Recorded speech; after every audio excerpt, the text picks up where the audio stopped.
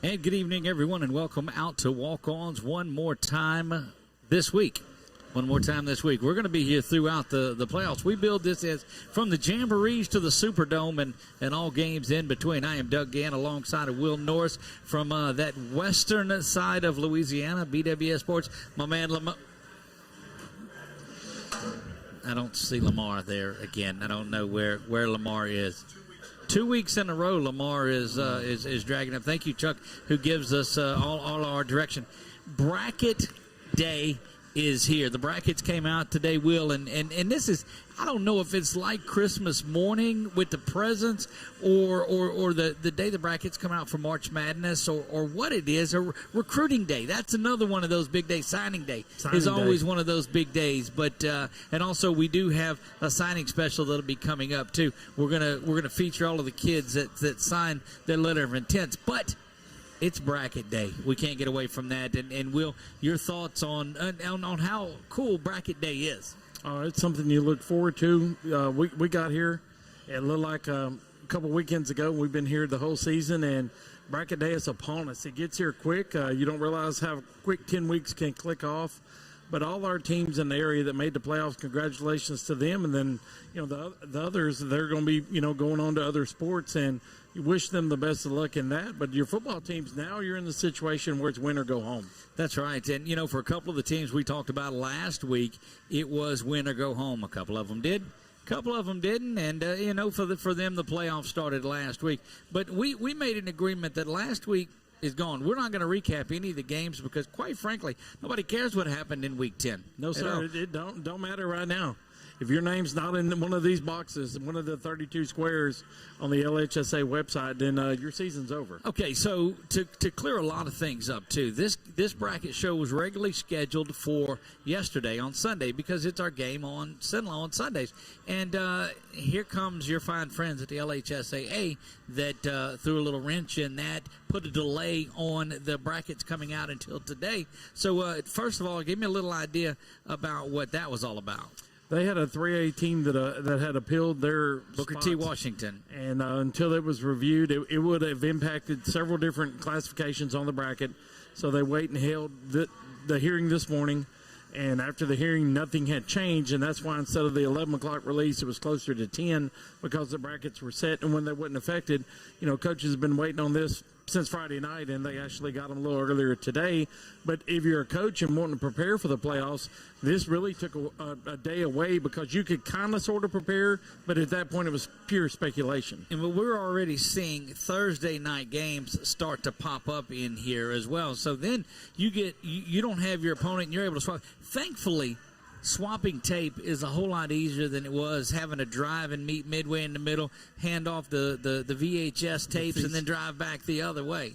And hope that the coach didn't push the tab in there and maybe have his wedding or something recorded. Yeah, because you never knew. Now with the day and age we're in with huddle and stuff, I actually watched a game that was played Friday night. I watched it Friday night when I got home. I had a coach just send it to me, and that's where we're at today. And then, a click of a mouse, and you've got a game film. And a lot of coaches share. Then you run across some of them coaches, either like Coach Kyle Jenkins in basketball, 11-time state champion. He don't film games, never has, never will.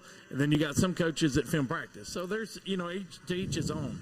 And nowadays they're flying the little drone out there and getting that top end footage as well. So I mean, nothing surprised me. But heck, in this day and age, we're able to pop up and bring you high school football games with instant replays and all of those great things. Couldn't do any of it without our sponsors, of course. Tonight, also, the one thing we will look back at is our Express Jobs Good Job of the Week. Great Job of the Week. We're going to name that winner before we get out of here tonight, and they're going to be able to go by Express Pros over there in Alexandria next to the now defunct Five Guys Burgers, but you get the idea. So between Hobby Lobby and Lowe's over there, you'll be able to swing in there and pick up your $25 gift card, get a picture with Seth and Josh and those guys over at Express Pros. So we're so excited about that. But we'll do that towards the tail end of the show. It's bracket day, and before we get into the individual brackets, and the good thing about tonight is with our technology, we're going to be able to get some of these coaches on our Zoom videos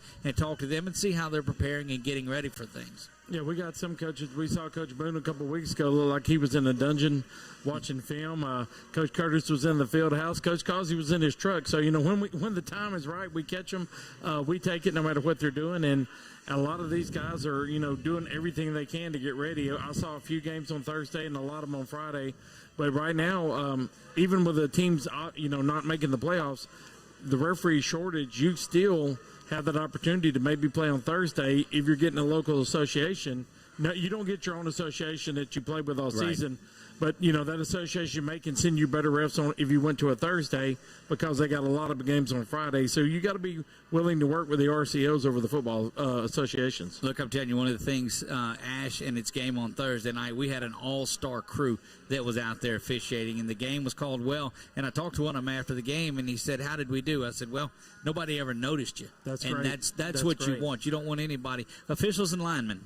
Nobody wants to have that called. No, and I like it when you go to a game and like you asked me, well, who was the referees, and you don't remember. That's really cool.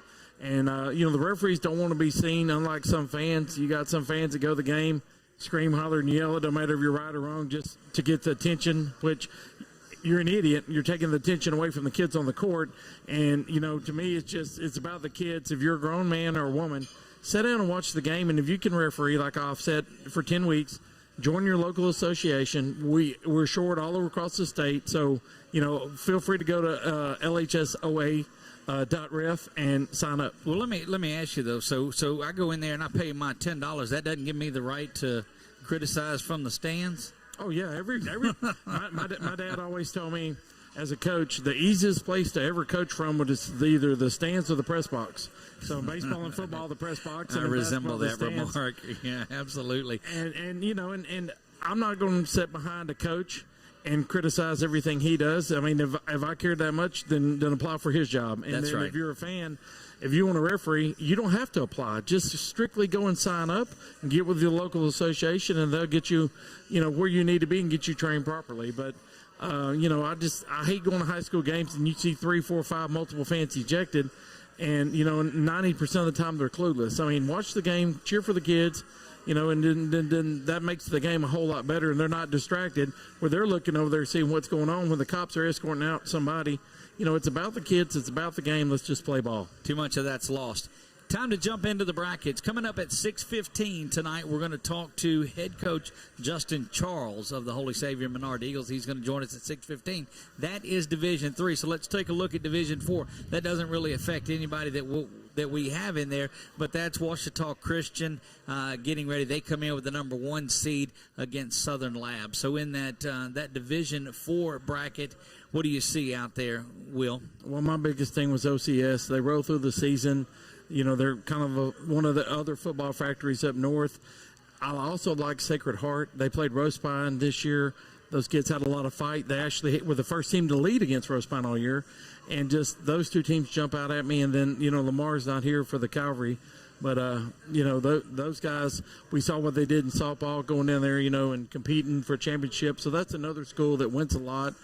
And then, just looking around, I didn't see nobody else that really was just standing out to me. St. Mary's out of that Natchitoches area plays down in Division IV, so that'll be one to keep an eye on as well. Well, we've seen St. Mary's all year. They had the big winning streak to Logansport ended it, and I would love to see them at home, in which they are at home. And we had talked about it last week that St. Mary's hosting a home game in Natchitoches is big for the school, is big for their program. And then, right below there, you got Southern Lab, always a contender that, if they win, they would make the trip. But for them, kids at St. Mary's to be at home playing on the turf at Northwestern, that's a really cool thing for that group of kids. Look, and you get the experience, those Metairie Park Country Day folks that are going to make the trip up out of the New Orleans area. That's a long trip for them. So you like St. Mary's rested and ready to go. You like St. Mary's coming out of there at the 7? Yeah, I think St. Mary's is going to bounce out, and then they're going to be looking at a good Southern Lab team that, with their high-powered offense they've had, you go down there and there's nothing to, no holds barred, nothing to lose. That's right. And you give it your best. But I'm glad for the direction St. Mary's is going. Actually, we picked them up I picked up their basketball officiating. They joined my association, so it's good to be part of their school because new coaches and stuff, and everything's on the rise at St. Mary's, and that's good for that part of the state. LaMar got his start up there around Natchitoches, and he covered those kids in Natchitoches Central, and I mean, it's a really cool thing. But St. Mary Sacred Heart is that team that I keep looking at, and they're 5 playing Calvary at a 4, maybe in the second round. I wouldn't be surprised by the way Sacred Heart plays if they didn't make the quarterfinals. There you go. So does the chalk hold true down there, 1 and 2 Ouachita Christian? I mean, you got to believe Ouachita Christian OCS is going to make another deep run at it. I just think so. I just think the sheer magnitude of those kids, the program. We saw them last week beat Mangum. Mangum's a solid team. Beat them handily too. And they made Mangum drop from 9 to 10. Right. We were looking at a possible round. They were tied in there with Rose Pine, and yeah, that's correct. But you say what one loss does in the final week, a meaningful game, like we said last week. OCS beats Mangum, and Mangum goes from 8 to 10. So you've dropped 2 spots. Just like that. So the playoffs start because it's a determining whether you get the home game or the visiting game on there. So we like the chalk in Ouachita Christian to run through there. Still, based on the numbers, based on the rankings and seedings and what we've looked at through the year, that OCS Southern Lab matchup would be one of those good ones. It'd be one of those good ones. And this year they won't be playing in the Dome. I think they'll be playing at ULL. They're going to UL is where that one's going to be on December 11th is when that game will be down at UL. Half of them go to UL, half of them will go down to Tulane and play in that one a week earlier. So we'll look at that. Going to take our first break of the evening. When we come back, we'll take a 2-minute break. When we come back, we're going to try to get head coach Justin Charles on the phone and on the Zoom, and we'll see what his thoughts are and his plans are getting ready for the Division III playoff run that they're looking ahead of. Don't go anywhere. This is Game on CENLA Bracket Night right here live from Walk-Ons on 446 Sports. It all started with a sketch on a napkin. An idea created by 2 walk-on bench warmers. And after 10 years of hard work and perseverance to turn their dream into a reality, it's the #1 sports bar in America. Welcome to Walk-On.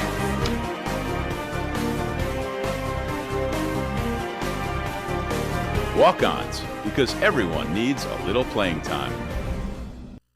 The fine folks at BK Distributors want to thank all the educators for weathering the storms, so to speak, through 2020 and beyond. Thank you for your dedication to our children. The end of the school year awards are now available. Any type of award, trophies, banners, plaques, they do it all at BK Distributors. So with school almost out, that means summer leagues are in full swing. New items, same great prices, and fast turnaround. BK Distributors, Highway 20 in East Pineville behind Arby's.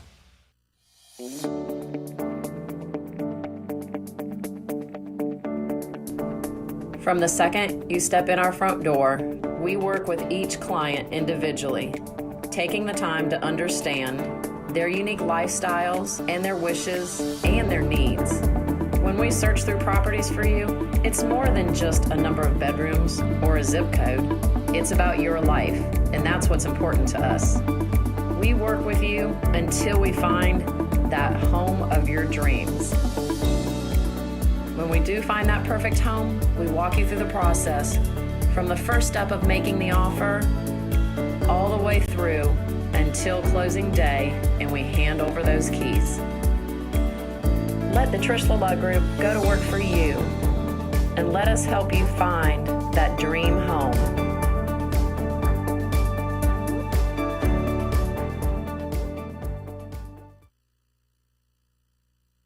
Now, ladies and gentlemen, are you ready? Security Sporting Goods wants to tell you all camo is 50% off, and it's fishing season. In the red corner, it's Powerhouse Combo, Zoom, and Lose. And in the blue corner, seasoned veteran Abu Garcia. These 3 name brands will take care of all your fishing needs. Plus, Old Town Kayaks are coming soon. Need a handgun? In stock, Springfield, Sig, Glock, and Smith & Wesson at Security Sporting Goods, 2220 Memorial Drive, Alexandria.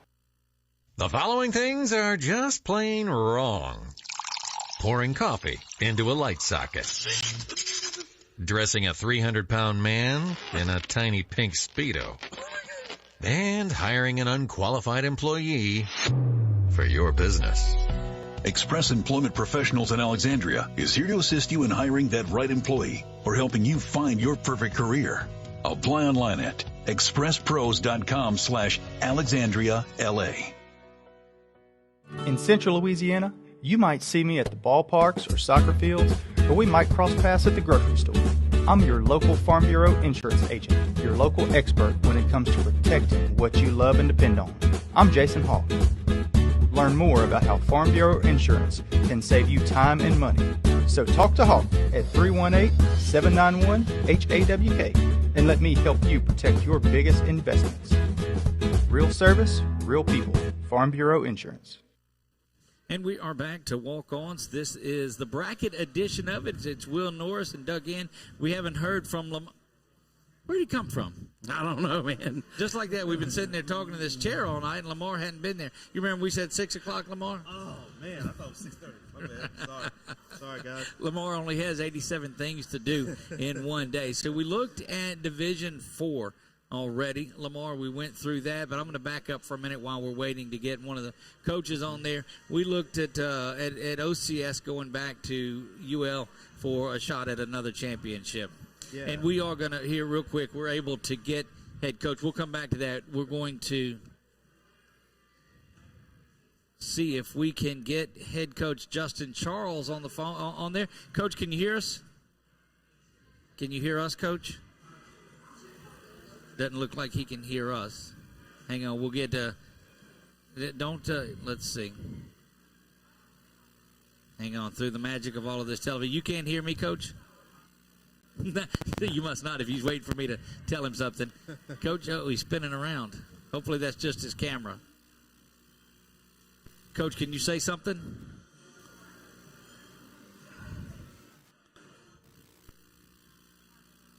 Check. Coach, you there? We'll see if we can get him. Yeah, there he is. I hear him now. Hey, Coach, can you hear us? Can you hear me now? Yes, I got you. We hear you, man. Good deal. Well, I'm you, driving right now, but I'll be there. You're just driving out and about. There you go, Coach. We're looking through the brackets. We appreciate you taking the opportunity to join us on here. You guys had a tough season out there as it looks at wins and losses, but I know that you and I have spoke on it, and there was a growth throughout the year. Looking at your entire season, how do you look at where you were? The growth throughout the season, it progressed week in and week out. I think we had a lot of ups and downs, even within games and within the season.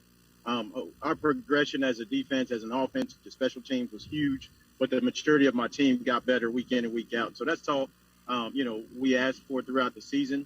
Are we playing our best football right now? I really do feel that we are, and that's what we asked you if we had the opportunity to go to the playoffs. And I think our maturity level is our biggest growth.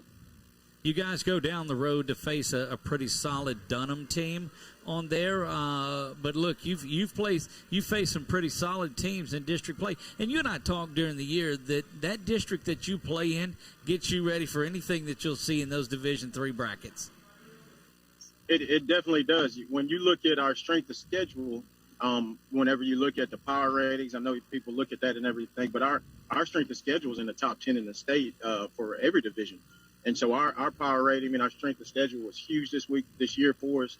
When you talk about playing Manny, Red River, Bunky's a solid opponent, Winfield's in the playoffs. Every team in our playoffs, except for one team, every team in our district is in the playoffs except for one team.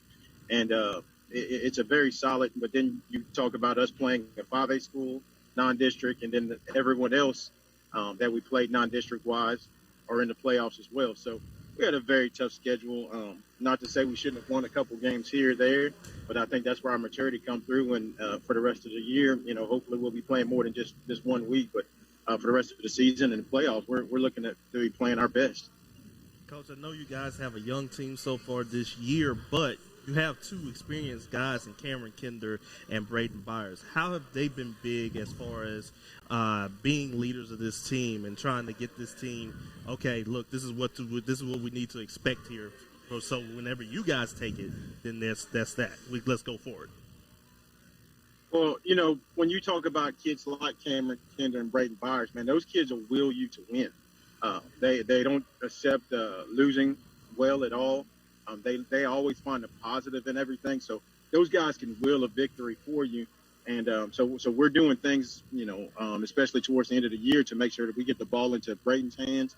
You guys just been to our game. Y'all see Cameron Kinder's gotten the ball in his hands on offense because they can help you win just because they have such a strong willpower and such a knowledge about the game of football. So I do think those two guys are going to be dangerous in the playoffs for us. And I think our opportunity is there in front of us. So we've seen some Thursday night games on the schedule. This one's Friday night.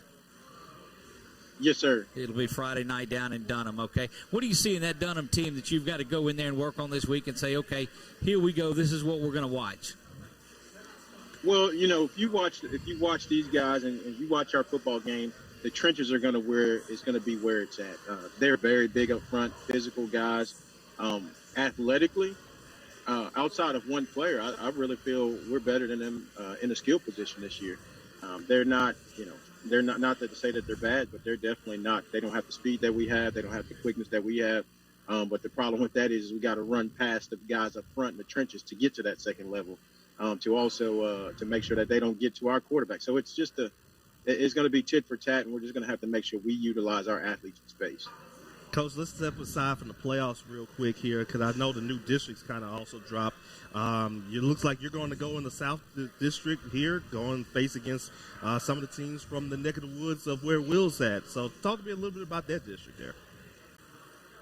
Yeah, we got that right before practice. It was announced for us, and today we found out we'll be going down to Oakdale and Rose Pine and Pickering as far as district play, and that's going to be another solid district. But the good thing about that is it's good for travel for our especially our spring sports, and it'll make it a little bit easier for that aspect of it. But the competition's going to be the same because I know Coach Dietrich down very well down there in Oakdale. He's got a young team very similar to our team. Rose Pine's always at the top. Pickering always has athletes. And then, Bulls is still in our district, so there's no doubt it's going to be a tough district still, and we're still looking for the competition to be there. I think it's a real cool district, Coach, and I'm glad to have you coming over our way for a couple games. I just look forward to all the young teams in that district moving that district up to the next level. And I think next year, whether it's Oakdale or Rose Pine, whoever, it's going to be a joy to watch your team with those guys grow up over the next couple years. Yes, sir. Yes, sir. We're definitely looking forward to that as well. All right, Coach, I appreciate you taking this opportunity. And, of course, I couldn't close things out without a little bit of insight that has no meaning on whatever we're talking about tonight. But you wouldn't appreciate it, JC, if I didn't do that. So the Menard Eagles get past Dunham in the first round, and head coach Justin Charles has to play a team from St. Charles. See what I did there? I see what you did there. I like that matchup, Coach, and we're getting you guys down to Tulane this year, and it all starts with a trip down to Dunham. Coach Justin Charles, good luck to your Eagles this Friday, and we thank you for all of your support throughout the season. Thank you, guys, and go Eagles. You go. Head coach Justin Charles joining us on here, and there you go. Look, through the magic of all of this and Chuck being able to do that and LaMar getting in here, man, this has been great. And we're going to roll right along and head up to 1A. Will, who do we have up there? I think Chuck's got Coach Bart Cootie in the waiting room. All right, let's see if we can find Coach Cootie there. Yes, sir. I mean, you've been wanting to talk to him for a while. Absolutely, I have. This is like a coming out party for this is great. There's my man. There we go. Look out, Coach. Can you hear us? Yes, sir. How are y'all? Coach, we got faces for radio, but we're doing good tonight. Look, this is the first interview ever that has been done from a bedroom. I'll tell you that. Well, it's the only quiet place in my house. I got you. My wife has the 3 kids in the living room, and she's trying to hold that down while I'm in here with you guys. Well, Coach Doug, you were out of town last time we tried to get you on. Doug went to our Facebook page, and of course I shared the story about what you did up at the school. And for all the people watching tonight that don't know, before we ever get down to football, tell Doug a little bit of background on what you and the program in the school did for especially a young man. Yeah, I'm a football coach, but I'm also a special ed teacher. I work with students in our school with disabilities from 9th through 12th grade, and I've had this young man Clayton for the last probably 3 years, and he's autistic, but he's a real precious little boy and loves to talk about football, and among other things, he likes to talk about trains and fire engines and things like that. But he's a super kid and just full of joy and full of life. And he helps me. Sometimes he helps me with the laundry, and like we go and he'll help me wash the jerseys and hang them up and stuff. And just always interested in football, and he's always talked about wanting to be a football player. So I decided last year we went down to Gann and played those guys on their home stadium, and they had a young man kind of the same situation, and they let him score a touchdown, and our defense, went out there and helped with that. So I asked Coach Myers this year if they would mind returning the favor for us in Clayton, and obviously he had no objections to it, and they came out and helped out and made it all look real good, and he's still talking about it to this day. That was probably, I think, 4 or 5 weeks ago, and he's still talking about it. He's still fired up about it. Look, we are as well, Coach. That's just what we cover at this level of high school. The largest portion of these young men are not going to go play on Saturdays. There are a few select that'll play on Saturdays, but it's memories like this for an entire community, for this young man, for your team, for all of the people that are around it, that I just say, job well done on that. Yeah, I had to get it together and to talk to my team after it, but because I was a little emotional, obviously, because I'm so close with him, and me and my aide, he stays with us, one or both of us, all day, every day. So we're pretty tight with him. My aide, Miss Kay Duran, she's phenomenal with him, and they have a special relationship. And it was something my kids never batted an eye. And Gaydon's kids and coaching staff never batted an eye either. We were all on board with it, and everything went really. It couldn't have went any better. He doesn't like to run, and he'll tell you that.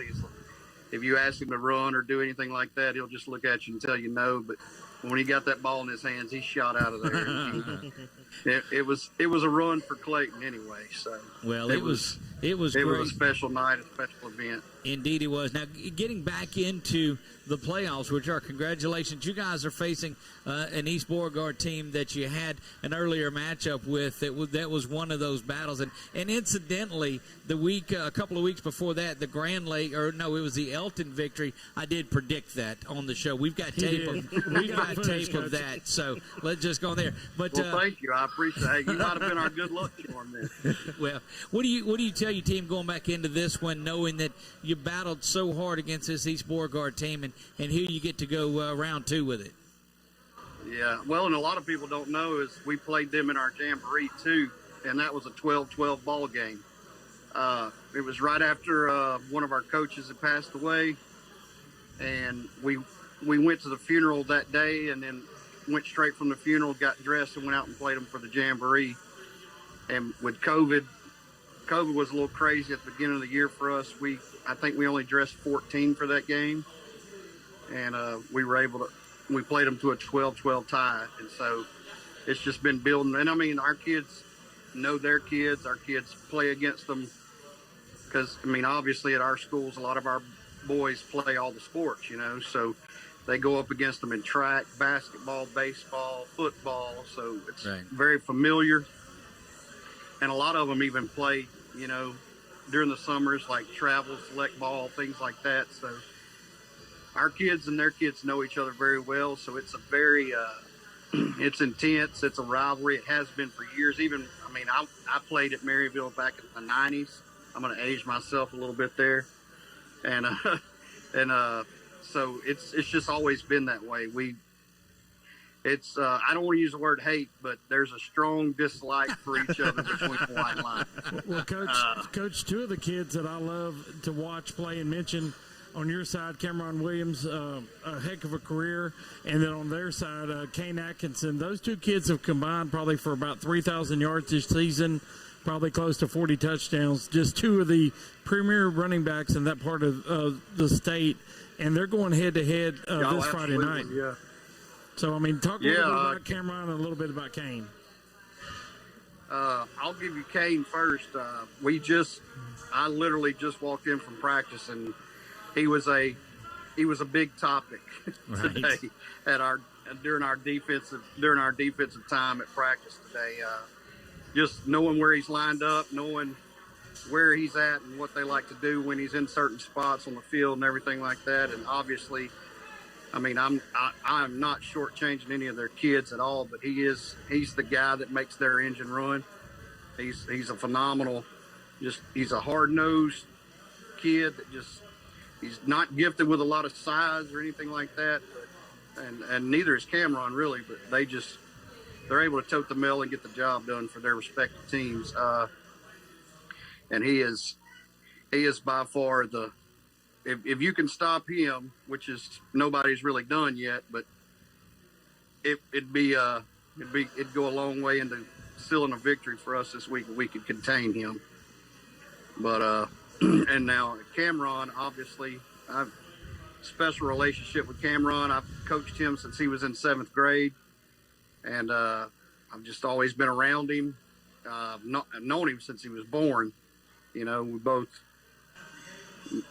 his parents and me, went to high school together. So, I mean, it's one of those things, small town, you know, kind of know everybody and everybody knows you. But he is obviously our workhorse. I've always said it, and I still don't understand it. I'm like, everybody on the field knows he's getting the ball, but he still gets his yards. He still gets his touchdowns.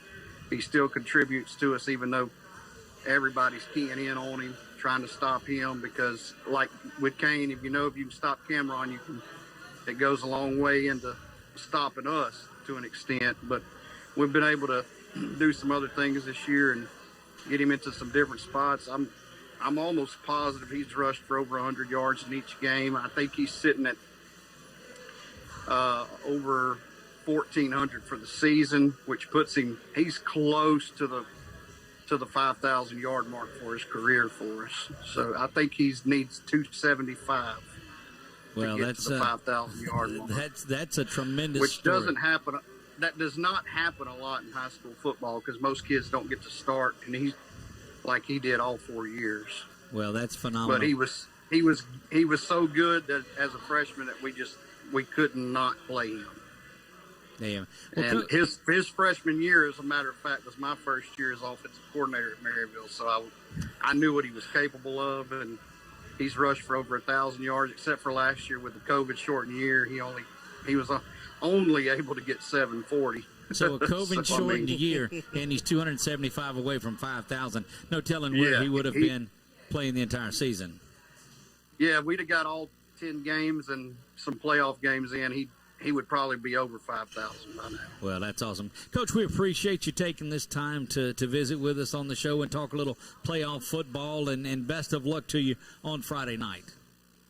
Well, I appreciate y'all publicizing our little program and our school and community. I appreciate it a lot, and I appreciate y'all getting me in and getting me on and getting me done before my Steelers play here in a minute. Yes, sir. Did it just go downhill from there? Wow.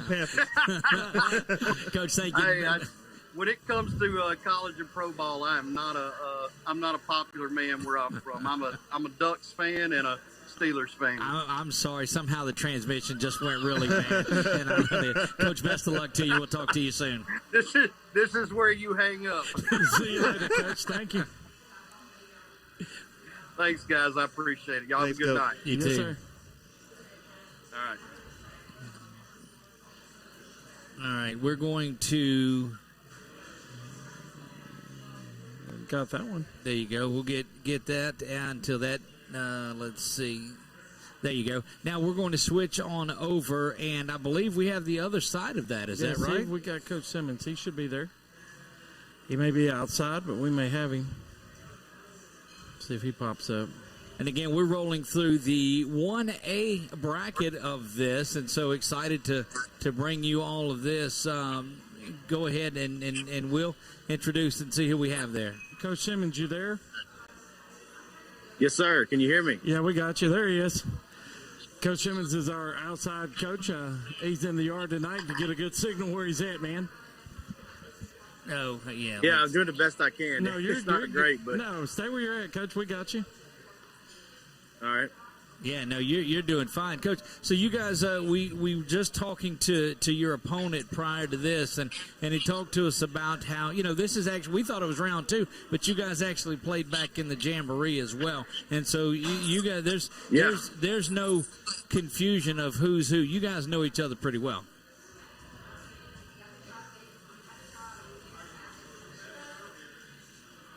Maybe the internet. Coach, can you hear us? There he is. Coach Simmons. Coach walk around some more? No, you're good. Stay right there, Coach. There he is. Okay, I'm getting further outside. So the question was, if you heard the question, is with this being, I guess, the third matchup with you guys this year, everybody really knows each other, and so there's no planning. You guys have to say, okay, here's our game plan. Let's go back, and this is the 5th quarter. We're going back after it. Yeah, I think so. I mean, I don't think there's any surprises. I mean, I think, both teams know what the other one's going to do, and it's just going to be who makes the least amount of mistakes. When you played earlier in the season, we heard about the Jamboree game, but the last one you played a few weeks ago was certainly a high-scoring type of an affair, and you don't really see that with the heavy running backs that you guys have. It's a run control. Do you see one of those high-scoring games, or would you feel more comfortable keeping it down lower? I mean, for us, we're always looking for, for low scoring, low numbers of possessions.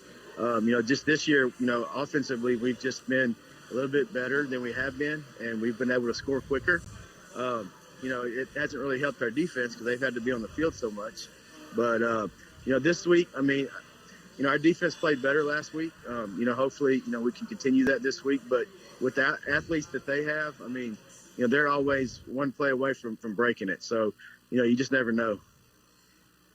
Coach, I think with the season Kane's had, he's got to be one of the front runners for the MVP of the district and on the All-Beauregard Parish team as well. But he's had great numbers all year. But talk a little bit about your offensive line and the blocking they've done for all your backs to have so much success this year. Well, I mean, our tight ends, we also include them with our offensive linemen because, we're too tight all the time. So, the 7 guys up front, they don't worry about recognition. When they see Kane's name, I think they get excited. They know that they had a part in that, and Kane knows that as well. Kane's the first one to tell those linemen, good job, and pats them on the back. And he knows that without them, it'd be tough. So to me, it's just a true team effort. We don't have any selfish kids, and they just want to see each other do well. You guys got off to a pretty good start this season. I mean, going 4-2. I guess just talk to me a little bit about, just trying to build up the program and build up everything just to, get to this point here and all that. Well, I think, this year, I think we kind of surprised some people. We lost a lot of seniors from last year's team, and so we had a lot of new kids playing this year with little experience, and, we kind of had some unknowns. And, we knew the talent that we have, but, it hadn't been proven yet. And I think, early on, the kids just, we kind of, found some things that worked and got some kids in the right spots. And, we ran into a little bit of trouble in district. We got into some teams that just were not good matchups for us. And we struggled with speed. And, I think that's always been a thing at East Beauregard. We struggle with teams that are really fast. And, hopefully we've kind of figured some things out, and going into the playoffs, we can hopefully get on a good roll. Well, Coach, I'm looking for you guys, and last time was 40-34. I think it's going to be the two featured running backs in the ball game with Cameron and Kane. But just your defense has scored lately, so has theirs. Had some good punt returns, kickoff returns. Don't know who's going to hit the big play, but I think that near the end, maybe the team with the ball last, maybe the team that's got the advantage and a chance to win. Oh yeah, I agree, man. Last game it really boiled down to 2-point conversions. If you look at it, I think we both scored 5 touchdowns, and it just came down to who scored, the most 2-point conversions. So it could very well come to that again. We know that, we're in for a fight, in Maryville.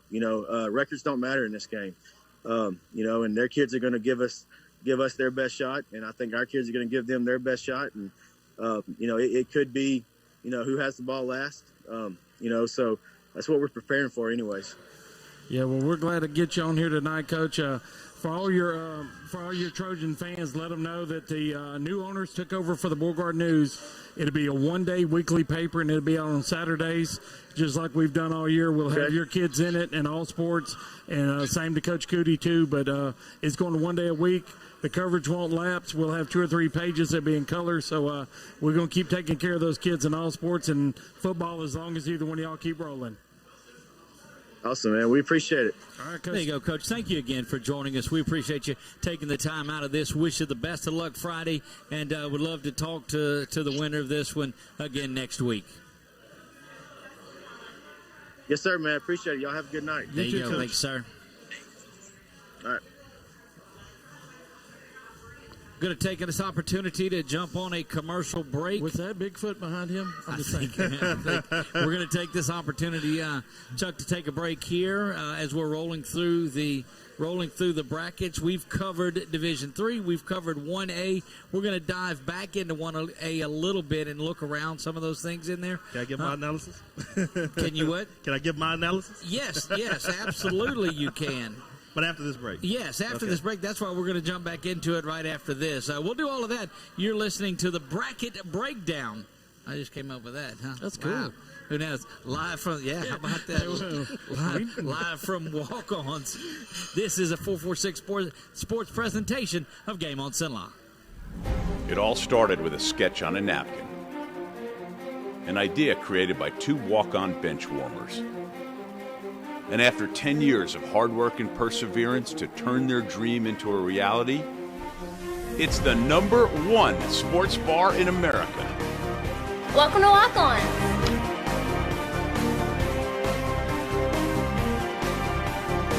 Walk-ons, because everyone needs a little playing time. The fine folks at BK Distributors want to thank all the educators for weathering the storms, so to speak, through 2020 and beyond. Thank you for your dedication to our children. The end of the school year awards are now available. Any type of award, trophies, banners, plaques, they do it all at BK Distributors. So with school almost out, that means summer leagues are in full swing. New items, same great prices, and fast turnaround. BK Distributors, Highway 20 in East Pineville behind Arby's.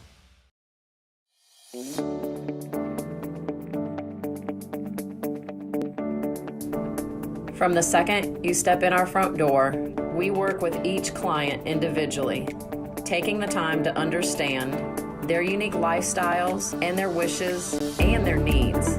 When we search through properties for you, it's more than just a number of bedrooms or a zip code. It's about your life, and that's what's important to us. We work with you until we find that home of your dreams. When we do find that perfect home, we walk you through the process from the first step of making the offer all the way through until closing day, and we hand over those keys. Let the Trish LaMar Group go to work for you, and let us help you find that dream home.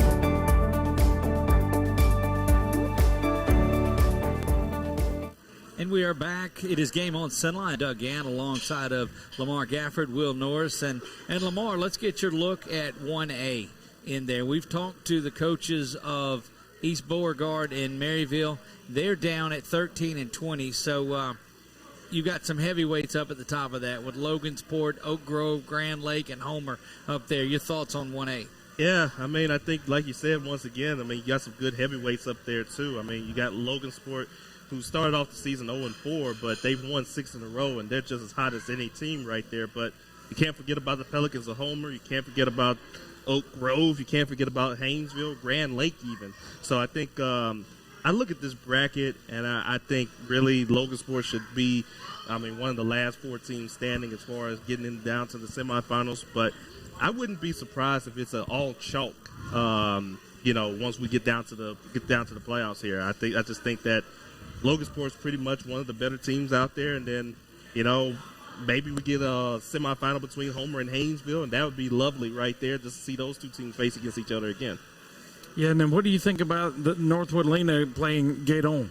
Yeah, well, and they played against each other earlier in the season, where I think Lena lost that game to Gaydon. It was a very close one there. So, but I think the Gators have a chance of possibly getting their first playoff win, and I think they got a shot there. And they want to try to see what they can possibly do. And I think what Tommy Moore and that bunch over there, they've really continued to build. They're trying to build something very nice up there. Well, we're looking forward to that. I looked through some of them. There's the Oberlin team that's in there at 14 that you're a little bit familiar with in there, too. Grand Lake is my pick to come out of that bracket. I like them sitting there at 3. I like the season that they've put together. Only the one loss, that was to Hamilton Christian. Defensively, they've been solid. They haven't been giving up a lot of points on the season. And then they were there last year. They were in the finals with the Grove last year. So That's right. Experience matters a lot once you get past that second round. Yeah, that's my pick there in 1A, and that's Grand Lake. No offense to my buddies there in Maryville and wherever else throughout there, but I like Grand Lake coming out of that. I like their matchup in the second round out of that winner of Oberlin and Plain Dealing. I just think that their path there is one of those that's not a bad one, and so Grand Lake is my team out of 1A. I agree with that. And then Logansport, just the sheer athleticism and the explosiveness of their offense. I've always liked that team, and I would have loved for a healthy Ethan Fry to be, or not healthy, but a Ethan Fry period to be at that game so we could watch it. That's exactly 2 right. years ago we watched it, and it was the best high school football game I saw 2 years ago, and I think it could have been that again this year, but with the exception that he wasn't there. But if you're Logansport, went from 0-4, you beat Rose Pine, and you're on a 6-game winning streak. So I think Logansport's a team nobody wants to face. But, right now, when you see what you got, I definitely think, like you, Grand Lake can meet them in the finals. Right. There you go, Lamar. Are you going to chime in on that? I'm pretty much going to say, I say the same thing. Maybe Grand Lake and Logansport facing against each other in the finals. I just think that those two teams have a good path here. I also want to give a shout-out to LaSalle. They've had a pretty solid season, 7-3. They get a bye for the first round right. bye. So, they're feeling pretty good up there in Alla. And so I think, but I think still Logansport and Grand Lake probably going to be the two teams. And wouldn't that quarterfinal matchup between Grand Lake and Haynesville, wouldn't that be something there? One of those. And that's why you start to getting down the watered downness, if you will. Look at this. There are all of these teams that have buys in the first round, too. Again, you shouldn't have to have that sort of a setup on there, too. But as you move forward and getting in that quarterfinal round and the semifinal round, man, it just really gets solid down in the 1A division on there. Well, like you're saying, 8 teams get a bye. So your first true level of prime competition is going to be in the quarters, and that's all you got. You got 8 buys. I don't know what else to say. That may be with that extra day of brackets they held on to determine. No, I take that back. And 2 guys I really know are also in this bracket, too. The Magnolia School, Toriano Williams. He used to be coach of the Peabody in 2014, so right. He's coaching over there now. And then, of course, my guy, Chris Wilson, who's coaching over there at Plain Dealing. This is his second year over there, so he's trying to build up that program. He's got a tough one against Oberlin, but just wanted to say congratulations to you guys for making the playoffs. There you go. That's an exciting Division 1 or Class 1A. Moving into 2A, we'll start to look at that a little bit, and that's where the buys are. Or let me hang on. We got in division. No more buys. No, that won't be. Yeah, no we're going to buys say for 2A. bye. We're going to say bye to the buys. that. And now there are 32 full teams in here, and this is probably one of the most loaded brackets that you'll find with teams up and down. And one of those that is the state champion of that Class 2A, went 10-0 last season, and is the number 1 team, the number 1 seed in this again, is head coach Jess Curtis and that Manny Tiger team. And Coach, welcome. Thank you for joining us again. Can you hear us, Coach? I can hear you. Oh, Lord. All right, hear there me? we go. That ain't Yes. good. Sometimes Yep. that There we ain't go. good. Yeah, we got you now. Look, you're back in that Manny locker room, right in front of the Manny Made sign that's there behind you, and you guys wanted to come out and have that number 1 seed, and you've done that, and you're starting off right where you left off last season, defense of that state championship that you guys have. Yeah, man, just so glad the brackets came out, the chips fell where they may, and a lot of good teams in 2A this year, and so we're glad to have the one seed and have an opportunity to go out and try to win another one. Let me ask you this too, Coach, and I guess not to lose sight of anything whatsoever, but because you guys do go out and get the state championship last year, albeit not in the Superdome, this year the games will be in the Superdome. And I know you don't want to get ahead of anything, but every indication that there's something special about getting in that Superdome and playing for a state title. Absolutely, but there's 32 teams right now that think Correct. they're going to end up, holding that trophy up in the Superdome, and that's the dream of everybody. That's why we got out of bed early in the morning during the summer and came up here and lifted weights and ran and did all the things we needed to do all year. That's the dream of all our kids. And yes, we loved it at Northwestern last year, but if we're blessed enough to go back and we earn our way, it'd be nice to do it in New Orleans. That never gets old. Coach, I know you guys have been on a great run right now. I mean, starting off 9-game winning streak. I want to talk back to that Week 7 game against you guys on the Bulls here. I guess, how did that keep your team, pretty sharp going into the playoffs right now? Well, that's the thing about playing the Bulls. You kind of got to strap it up and go at them. And they were undefeated at the time and really playing well. And, that was a great game. And we really didn't play well. We gave up a scoop and score, 2 fumbles in the second half. And normally when you do that against the Bulls, you get beat. And I was real proud of our guys in that game. We had to dig deep and find a way. And, Andy had those guys ready to play and had them believing. We expect to maybe, hopefully, if we can win and they can win, maybe playing again. Just don't know how this thing goes.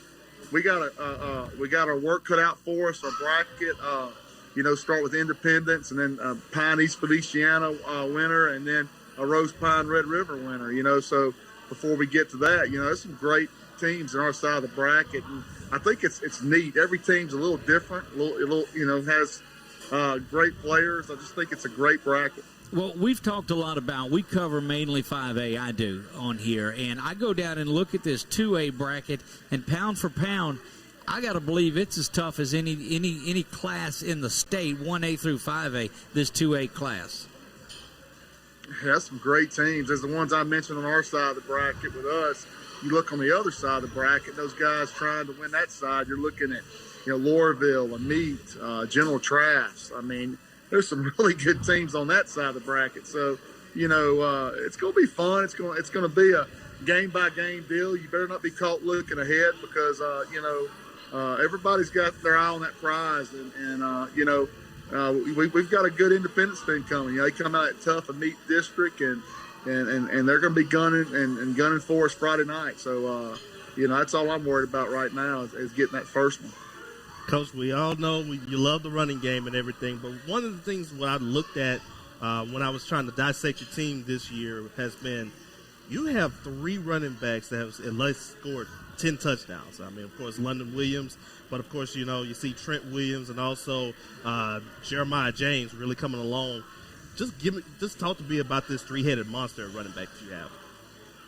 And, we got a couple more. There's not enough balls to go around. You do. Let's be honest. I mean, I've got Jamal and Garner who may be as good as those 3. And it's just a blessing. We have some good running backs here. They're unselfish kids. And London's the leader. London's, I think, got the lead right now in the state in touchdowns by running backs. He's had a great year. Jeremiah James is special. Got banged up. He's came back the last couple of weeks and looked really good. Trent's filled in nicely for Jeremiah. We're just blessed to have a lot of good running backs, and that's what we hang our hat on here. Hard-nosed offensive line play, good running backs, and making timely throws when we need to. Coach, talk a little bit about your defense. In the last couple of games, your defense has been putting points on the board for you as well. Yeah, we love our defense. We're really fast on defense. I think our back end's as good as anybody's in the state. We got, two guys that already have offers from LSU. That's rare, 2A. We really like our back end. And then in the box, we lose one player on our defense this year. We have one senior on it. So this whole defense comes back. So, we're excited about, that side of the ball as well. We think we kind of play complementary football. We get teams off the field quick, and then our offense take over. So we're playing well right now.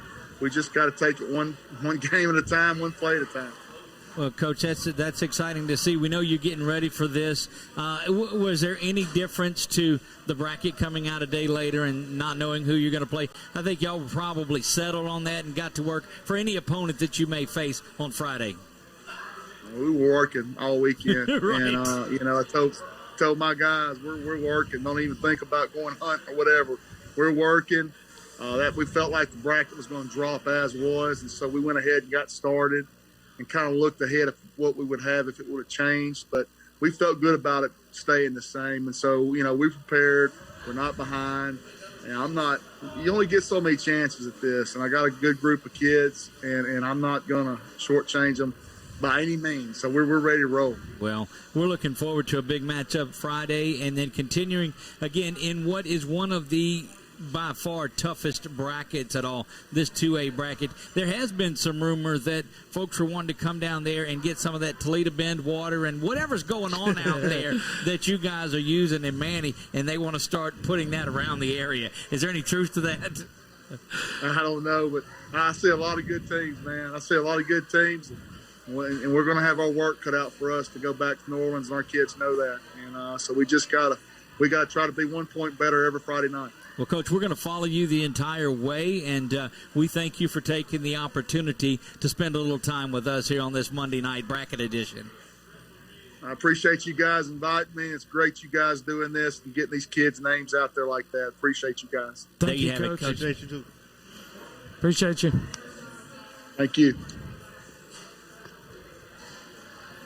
So, Coach Jess Curtis there, and we'll move on. We got somebody in the waiting room right now, but I want to go and who do we have waiting on us? I think we got Coach Ducote. Coach Ducote. Okay, I'm going to wait before I give my prediction on 2A because I get us in let's go do there. We're gonna we'll let you welcome our next guest in there as this pops up, Will, because it's from your neck of the woods. So there you have it. Coach, thanks for joining us. We appreciate you coming on tonight. Oh, man. Happy to come on for you guys. Well, Doug's wondering about them Kangaroos at Kentwood. What can we look forward to on Friday night? Oh, a lot of athleticism. It ought to be a good game. It ought to be a very good game. If you ask the Kentwood folks that's what they can say about you guys, because there's athleticism all around that Rose Pine team. Yes, sir. It's a very, very interesting matchup. I mean, it ought to be make for a very, very good game. I mean, they've got a lot of skill, and so do we. It's going to be whoever makes the least mistakes probably going to win that football game. Coach, talk about your kids the last 2 weeks at Oakdale and at home against DeQuincy. Both games you trailed in that, and then we saw at Oakdale they exploded in the fourth quarter, and last week they took over in the second half. Just a sure will to win, whether it's close. They blow the competition away in that second half and set the tone early, even though they trailed a little bit early on. Yeah, Will, and we needed a couple games like that, and we got them. Oakdale, we had 3 turnovers and let them hang around, and it was a close game. In the fourth quarter, we finally really got rolling and kind of put it away pretty quickly. And last week, DeQuincy just kept the ball from us the whole first half, and we had the ball for like 3 minutes and 10 seconds in the first half. So they had a good game plan. They had to kick off to us to start the second half, and I told our kids, we must score, get a 2-point conversion, and hold them on defense and score again, and everything will be fine. And that's what they did. And they kind of took the game, we took total control of the game in the second half, defense played lights out pretty much all night. Coach, I know I went out there last week, and we were talking about this 2A bracket here, and we said the top 10 teams, they all got a good shot of possibly winning it now, everything like that. Just talk to me about this whole bracket. Because it's very top heavy. You guys are part of that top heaviness in there, in that whole field right there. Yeah, this year is it's a tough year to be in 2A. 2A is very, very competitive and very, very loaded, really, from almost top to bottom. So, I told our kids we picked a fine year to be pretty good, because they've got some cats out there, and it's just crazy, man. It's just crazy. We try to go in there and look at it as little sectional pods. You got Louisville down there sitting on the bottom section of it. You guys in there. General Trask is there. Avoyelles, of course, is there. You look around and you don't see an easy path. Everybody will want to look at their bracket ahead of time and say, okay, we've got a favorable draw. You guys, every team in 2A that's considered one of the top 10, there's not an easy path whatsoever. No, absolutely not, And, I did the numbers just messing around earlier, I guess, just to make myself upset, and if we win that one game against Logansport, we finished 4, and, yeah, it's a better path probably than what we got to get to the quarters, but after that, it's not, it's just crazy. It is just craziness. Yeah, because since the night they beat you guys, they went on a 6-game winning streak. They're the 1 seed in 1A, so we know how important that game was. But just the sheer, athleticism, that game would have been like maybe 2 years ago. But headed into this week, you got anybody that's really nicked up, or everybody pretty much healthy headed into the playoffs? Yeah, we're good to go, Will. Everybody's healthy, and we've been blessed so far on that side of things. As far as injuries go, we're good. Everybody's good. We're ready. We won't have any excuses Friday night. All right, Coach. Well, that's about all we had for you. But were you on the staff in 2002 when Rose Pine went to Kentwood and played them in 1A? Yes, I was. Well, it was. What an experience it was. Well, Daniel told me, Daniel Green said he thought you were. He said the only thing he knew about Kentwood, Louisiana, is that's where Britney Spears was from. And he said that Rose Pine was a 32 seed, Kentwood was a 1, the eventual state champion that year. But Daniel told me he did go to Kentwood, so I just wanted to verify that you and him were there. Yeah, and, we went in, obviously, underdogs, and we actually played pretty well that night. They beat us a couple scores at the end, but we had that Jason Bland at running back, and he had a great night. We actually played with them people, and they were special, obviously. Well, good luck to you Friday night, Coach. I'll see you about 6 o'clock. Me and Daniel will be there, and we're looking forward for another Eagle victory. And Doug said eventually, Miss Brandy Fry, we might get some Eagles to come up here if we keep winning sooner or later. That's right. Look, we're getting the bus charter ready to go.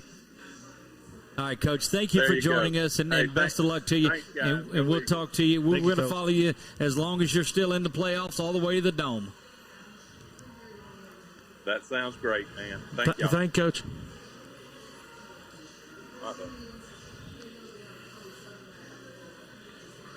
Look, just a great time out here. Having these coaches that we're able to get into. Again, we thank Chuck for the technology. But all right, let's get into our 2A side of it. And every single coach, I assure you, that we talk to has a path for them to get to the Superdome and win this thing. So, what do you say coming out of it, Will? I just think if one of those look-ahead things, I think Manny and Rose Pine could be a great ball game, and then the winner of that would possibly have the semifinal rematch with Avoyelles.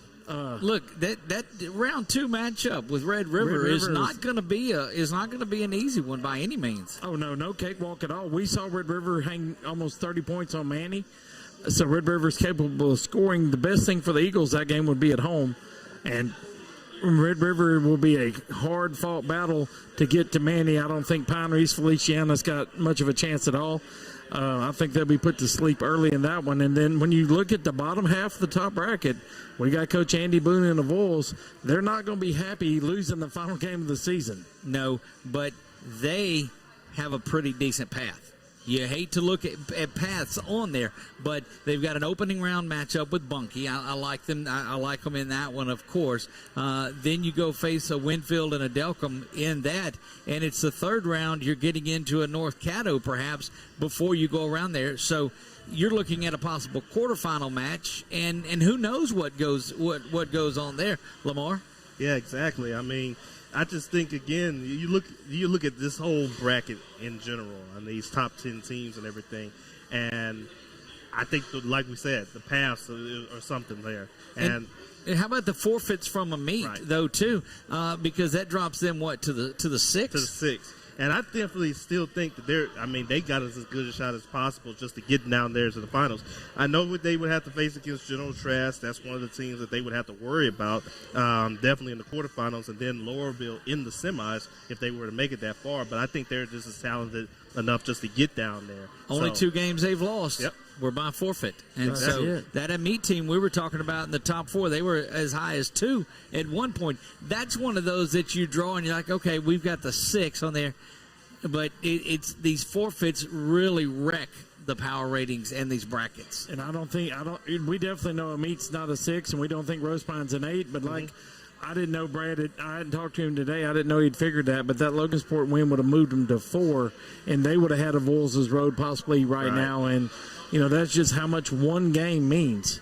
I definitely want to at least talk about Rose Pine's road to the Dome here. I mean, if they were to get to the Dome, it would be well earned because you're right about that. You look at the teams they got to play against. First round, Kentwood, that's no slouch right there. But then the second round, Red River, they got themselves a very good player. Maybe they got time off in the quarters, though, right?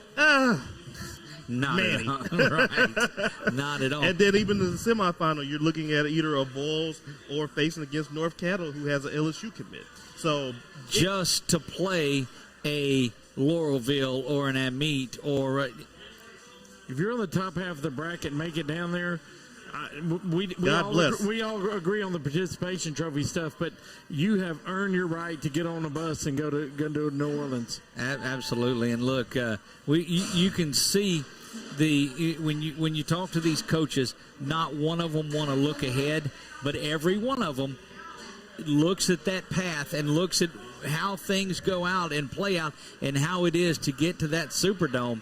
And look, that's what it all boils about. I was in the city Friday night down in New Orleans, and just looking and saying, you know what, in just a little over 5 weeks, this thing's going to be alive with football and playing for these state championships. And there are a few teams that have the opportunity to say, you know what, we won one at Northwestern, now we have a chance to win one in the Superdome in consecutive years. So, it's just, man, it's a great time. It's like what Coach Curtis said. I mean, obviously they would love to win. They're happy with the one that they got over there at NSU. I mean, in their backyard. But there's nothing like going down to New Orleans in mid-December, seeing all the teams down there play and all that stuff. I mean, it's exciting. I mean, I remember the first time I got a chance to cover the Prep Classic. When they sung the national anthem, I had a tear in my eye because I was like, wow, this is really what it's all about here. Well, even if we've got a participant in it or we don't, as far as the radio group and in the broadcasting that we do, I'm going to take it. I have yet to be in New Orleans for a Superdome Classic. I have yet to go to the football state championships, and I'm going to make sure that we get down there this year and just take it in and be a fan of the game. So excited about that. But one of those that I will go down and see is this 2A state championship, because it's going to be just a lot of fun.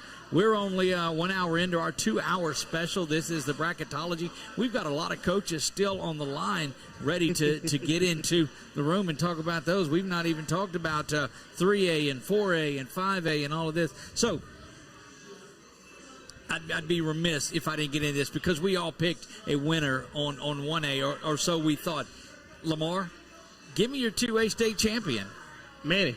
I'll go with Manny. I mean, I think that they are. That's the easy choice, though. It's the easy choice, but it's for a reason. But it's for a good reason because the games I've seen them play, they're very talented. I mean, they got the running game. They have a great defense. They have. Look at their secondary. I mean, their secondary is one of the best in the area. I mean, with Tackett and Tylen Singleton and all those other guys there. So I definitely like the Manny Tigers to come out of 2A. Who do they beat?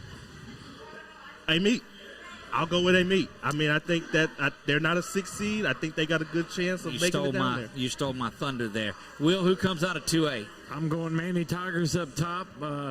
Rose Pine and the Vols would have a chance at maybe a possible upset, but I'm going Tigers. They've been there, done that, and everybody be almost back next year. But on the bottom, I went down there last year and watched them play, and I got to take Loreauville Tigers. I mean, that's who I'm going to roll with, and those kids from Loreauville last year. So the Tigers will win the state championship this year. That's where I was going. Right. I was actually going to give you a guarantee, but anyway. I follow you. So everybody's taking Manny in this, and I was watching game day there on ESPN and Lee Corso. Every time they have the same group, they were all, and I tracked this back to Auburn, and he picked Auburn every week, and they picked the team that Auburn was playing, and Auburn would beat them. They were unanimous against LSU, and Auburn beat them. So to sit here and say that we're going all chalk on this is crazy. But how do you pick against the Manny Tigers? How do you do it? You just don't. I tell you how you do it. I'm going to tell you right now. Amite should be the number 2 seed in this. They have not. The only reason they've lost, nobody's beat them on the scoreboard this year. So they've got a better draw with the 27, and then they'll take on an 11 or a 22. Getting past General Trask in the semifinals is going to be the toughest, but I think they do that. I think they do it. I think they play Manny for the state title. And the Manny Tigers win. I'm not going to go. I wanted to think that Amite was going to do it, but I don't see anybody. The look that you see in Coach Jess Curtis's eye and the way that, look, somebody posted the other day, it was one of the prep shows, who's the hardest hitter in football today, any classification, and I said Tackett Curtis without a doubt. There's no question. And he's not the senior that they were talking about that's leaving too, so he's just getting bigger and stronger and better. I saw him post a picture from Arkansas, from up in Arkansas this past weekend. Tackett, please don't do that. Don't go to don't go to Arkansas. Can you? I'm not anti-recruiting, but don't go to Arkansas. Okay, if you were to pick against them, I was about to do another game day thing and say not so fast, my friend. But if you want to know how hard Tackett Curtis hits, follow my Twitter account. Look at my video. Scroll down there, and you definitely will see that. Yeah, a little plug right there. The hit in the Vols game is just still unbelievable. I watched it 5 times, and it's still as hard as it was the first time. There is no doubt who the hardest hitter, bar none, is, and it's Tackett Curtis, and I fully believe that. And I'm not ever going to have a test where they get to come hit me. I only watch what I see, get to see what I see. But I think they're poised and ready to go, and nobody beats them. Now, do I think it would have been a little bit different had Amite been up in the top part of the bracket, perhaps as a 4, maybe, and that changed things? Perhaps so, but it doesn't happen. Manny, all the way. Do I think they'll play Amite for the state championship? I really do. It's going to be a great game. The Manny Tigers go back-to-back in front of what's going to be their 3rd in a row next season. Yes, sir, buddy. I think we'll be having this same conversation a year from now with Coach Curtis again. Indeed, I'm telling you, go pipe in that Toledo Bend water and whatever they're bringing down there. Going to take a break. When we come back, we're going to get into 3A. We're going to get into 4A. We're going to get a 5A. If you've got any comments, you're watching us on BWS Sports, go over there and leave us a little bit. Leave us a comment. If you're watching through 446 Sports, go do that as well. Chuck, we're going to take a break. We'll take a 2-minute break right here. Come back, and we're going to get into a little more of this bracketology on Game on CENLA right here live from Walk-Ons 446 Sports. Now, ladies and gentlemen, are you ready? Security Sporting Good wants to tell you all camo is 50% off, and it's fishing season. In the red corner, it's Powerhouse Combo, Zoom, and Lose. And in the blue corner, seasoned veteran Abu Garcia. These 3 name brands will take care of all your fishing needs. Plus, Old Town Kayaks are coming soon. Need a handgun? In stock, Springfield, Sig, Glock, and Smith & Wesson at Security Sporting Goods, 2220 Memorial Drive, Alexandria. The following things are just plain wrong. pouring coffee into a light socket, dressing a 300-pound man in a tiny pink Speedo, and hiring an unqualified employee for your business. Express Employment Professionals in Alexandria is here to assist you in hiring that right employee or helping you find your perfect career. Apply online at expresspros.com/AlexandriaLA. In Central Louisiana, you might see me at the ballparks or soccer fields, or we might cross paths at the grocery store. I'm your local Farm Bureau insurance agent, your local expert when it comes to protecting what you love and depend on. I'm Jason Hawk. Learn more about how Farm Bureau Insurance can save you time and money. So talk to Hawk at 318-791-HAWK and let me help you protect your biggest investments. Real service, real people. Farm Bureau Insurance. It all started with a sketch on a napkin. An idea created by two walk-on bench warmers. And after 10 years of hard work and perseverance to turn their dream into a reality, it's the #1 sports bar in America. Welcome to Walk On.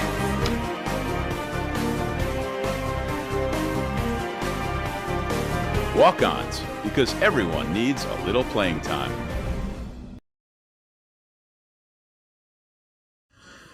Back to live action here at Walk-Ons. I am Doug Gann alongside Will Norris, LaMar Gafford. And guys, let's jump up into that 4A bracket because we got a couple of the coaches that we're going to be able to talk to. We're going to come back to the 3A bracket. We're going to come to the 5A bracket. And we've got to pick things up because we've got just a little over 3/4 of an hour left to go, and we've got 3 or 4 coaches left to talk to in 3 brackets. They told me today, said, how are you going to be able to talk about brackets for 2 hours? I said, you hadn't met us, have you? Easy. We got another We're going to take a break and then come back and talk another 2 hours, and I bet we could do that. Now, hopefully all of these teams, well, they can't all be together because we've got a couple that play each other. So Edna Carr's last run in 4A. They move up to 5A next year. They've been as dominant as any team ever has been on there. You jump into 4A. Who beats Edna Carr this year? Nobody. Again, we said that about Catholic of Baton Rouge, and they lost earlier in the season. But let's dissect that. Go ahead. But I will say this, though. If there is a team that will beat them and that can get down to the finals, I think Neville is the team that can possibly do that. These two teams have had quite the rivalry over these last couple of years. I mean, obviously, the last decade. I mean, when you talk about 4A football, these two teams are the cream of the crop right there. Indeed. So, how successful will Edna Carr be in 5A? It's going to be interesting, isn't it? Oh, it will be. Yeah. It definitely will be. That's going to be a lot of fun. One of those teams that has something to say about all of this Edna Carr and all of that business is the Wampus Cats there in Leesville. And I think we've got head coach Robbie Causey that is going to be joining us on here. I don't know that we've ever been able to really see him, but the one time just a little on there. But we'll see if we've got him. Head coach of the Leesville Wampus Cats, Robbie Causey. Coach, you there with us? Yes, I'm here. There you go. We're talking that 2A division, how difficult it is with that class. But 4A, you look up, there's not an easy path anywhere in 4A. No, it's a tough bracket. 4A is a very tough classification to win it's tough to get in the playoffs, and then it's tough winning one. Well, Coach, tell us a little bit about what you know about Assumption headed into the Wampadome this Friday night. Big and fast, they're a physical team. They got size, but they're rangy guys, long and lean a little bit, very aggressive. They defensively, they got some lockdown guys, going to play a lot of press coverage. A real aggressive defensive unit there, really physical. But, to me, that's what Assumption is known for, hard hitting, establish a run game, and they're going to be physical on defense. This is the third time. I've been at Louisville since '99, and this is the third time that we've had to face Assumption in the playoffs. Luckily, all of them been at home. But it's a very tough opponent. They've played some good teams, and we expect a really tough ball game. You guys were idle last week, and just talk to me about you guys' health right now. Everybody feeling pretty good right now? Well, we felt like we had a good shot of winning last week. Felt pretty confident. But I tend to sometimes overcoach those things. So, it was a tough win. Now, for the most part, I think, with some folks that have had a Week 10 bye, and the reasons why they liked it, we saw some benefit from it. You just kind of, hone in on the basics, the things that you need to do. Now I see why it's mandatory in Texas that they have a bye week. Their 11, week season, one of them's a bye. I can see why, because it gives you a chance to recuperate physically and mentally. You can go back to basics, work on fundamentals. Sometimes you get caught up in scheming too much, and you scheme each week, something changes, and a bye week, you can kind of get back to your fundamentals. So, it was a nice break for us. And so, we look forward to getting the pads back on and going back to work. So it sounds like if I am the commissioner of LSHA football and everything, I will say everybody needs a bye. I ain't gonna say nothing about the LSHA. I'm keeping mum on that. Lamar's trying to bait you in, Coach. You take the ball off the tee on that one, Lamar. I'm not swinging at that pitch. Look, I'll strike out looking. Put a backwards K up on the board. I can promise you, I've never heard Coach Robbie Causey not have a comment on something, but I do know that now. But, Coach, talk a little bit since the fourth quarter of the Dritter game. Defense has played great. They started lining up where you wanted them, started listening to you a little bit. So makes for a good defensive stance through the last couple of games. But those kids have picked it up lately, and I just think they're doing a really good job at the best part of the season, which is the playoffs. Well, we knew going in that that's where we would be behind the curve. Missing the scrimmage at Jamboree didn't help, any. That was some experience that we could have gotten. So it took a while for our kids to gel, for us to kind of see where our strengths lie, where our weaknesses were, how you can cover them up. And, the kids are playing good football right now. We simplified it where they can play fast. Coaches, a lot of times we overcomplicate things because, it's about us and what we know. And really, it's just line up right, reach the key, run the football, and be upset when you get there. Defense is kind of simple game, really. Offense is the same way. And I just think that our defense is playing well at this point because our kids understand where they fit, what the expectation is, and we've played to their strengths. We got some kids that can run a little bit, so we can squeeze the alleys, we can fill stuff. Our defensive line has come on toward the middle of the season where we had a lot of attrition, but we simplified that for our kids, and as a whole unit, we're playing well. Got another challenge, same thing. Each week you got somebody. They all bring something different to the table that makes you work a little bit. So, we took a couple losses on the chin early, but they made us better because they exposed some things that we had some kids that were not playing well at certain positions. We moved them around, put them where they could make some plays, and that wouldn't have happened unless you played some good teams. And so, we had two losses, and one of them really hurt us in our seeding, but I think it was a blessing because it exposed some things we were able to fix, and we've played well since. Well, we're looking forward to an exciting time down there in the Wampanoag on Friday night, Coach, and look forward to talking to you as long as you are in the playoffs and of course, for many years to come. We appreciate everything that you do and sharing your program with us. Well, I appreciate what y'all do for football in Central Louisiana.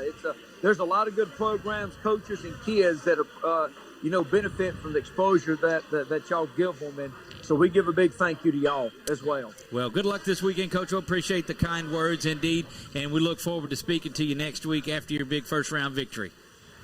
Well, I hope I get to say y'all can eliminate Will a little bit, slide the camera a little bit more to LaMar to kind of help out your fan. Your viewership would go up. Oh, thank you so much. It would go up a little bit. We'll try it next week, Coach, after that dub. We'll get LaMar by himself. The deal is LaMar has to show up on time. All right, Coach.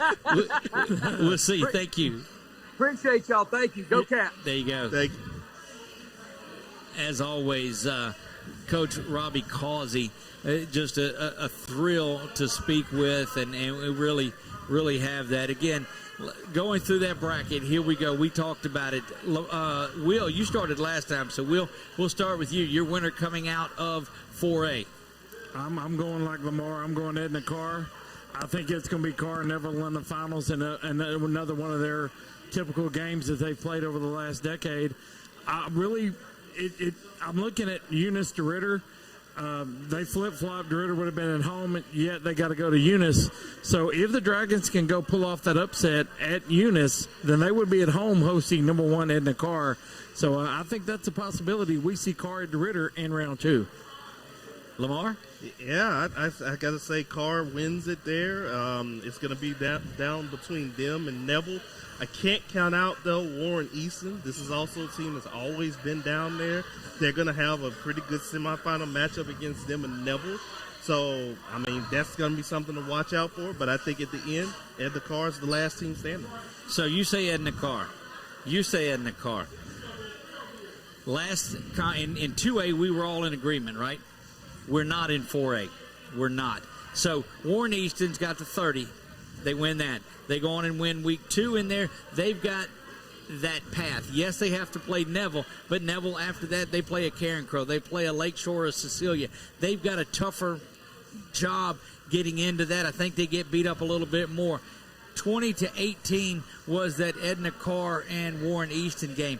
This time, Warren Easton does it. They say, look, Edna Carr, you're not going out as the state champion this year. We'll see you to 5A without that state championship. Warren Easton holds the trophy up this year when it's all said and done. That's a gutsy pick right there. And I, you know what? And to be honest with you, though, Warren, as I said before. Do you know who their other loss was to this year, Warren Easton? Who?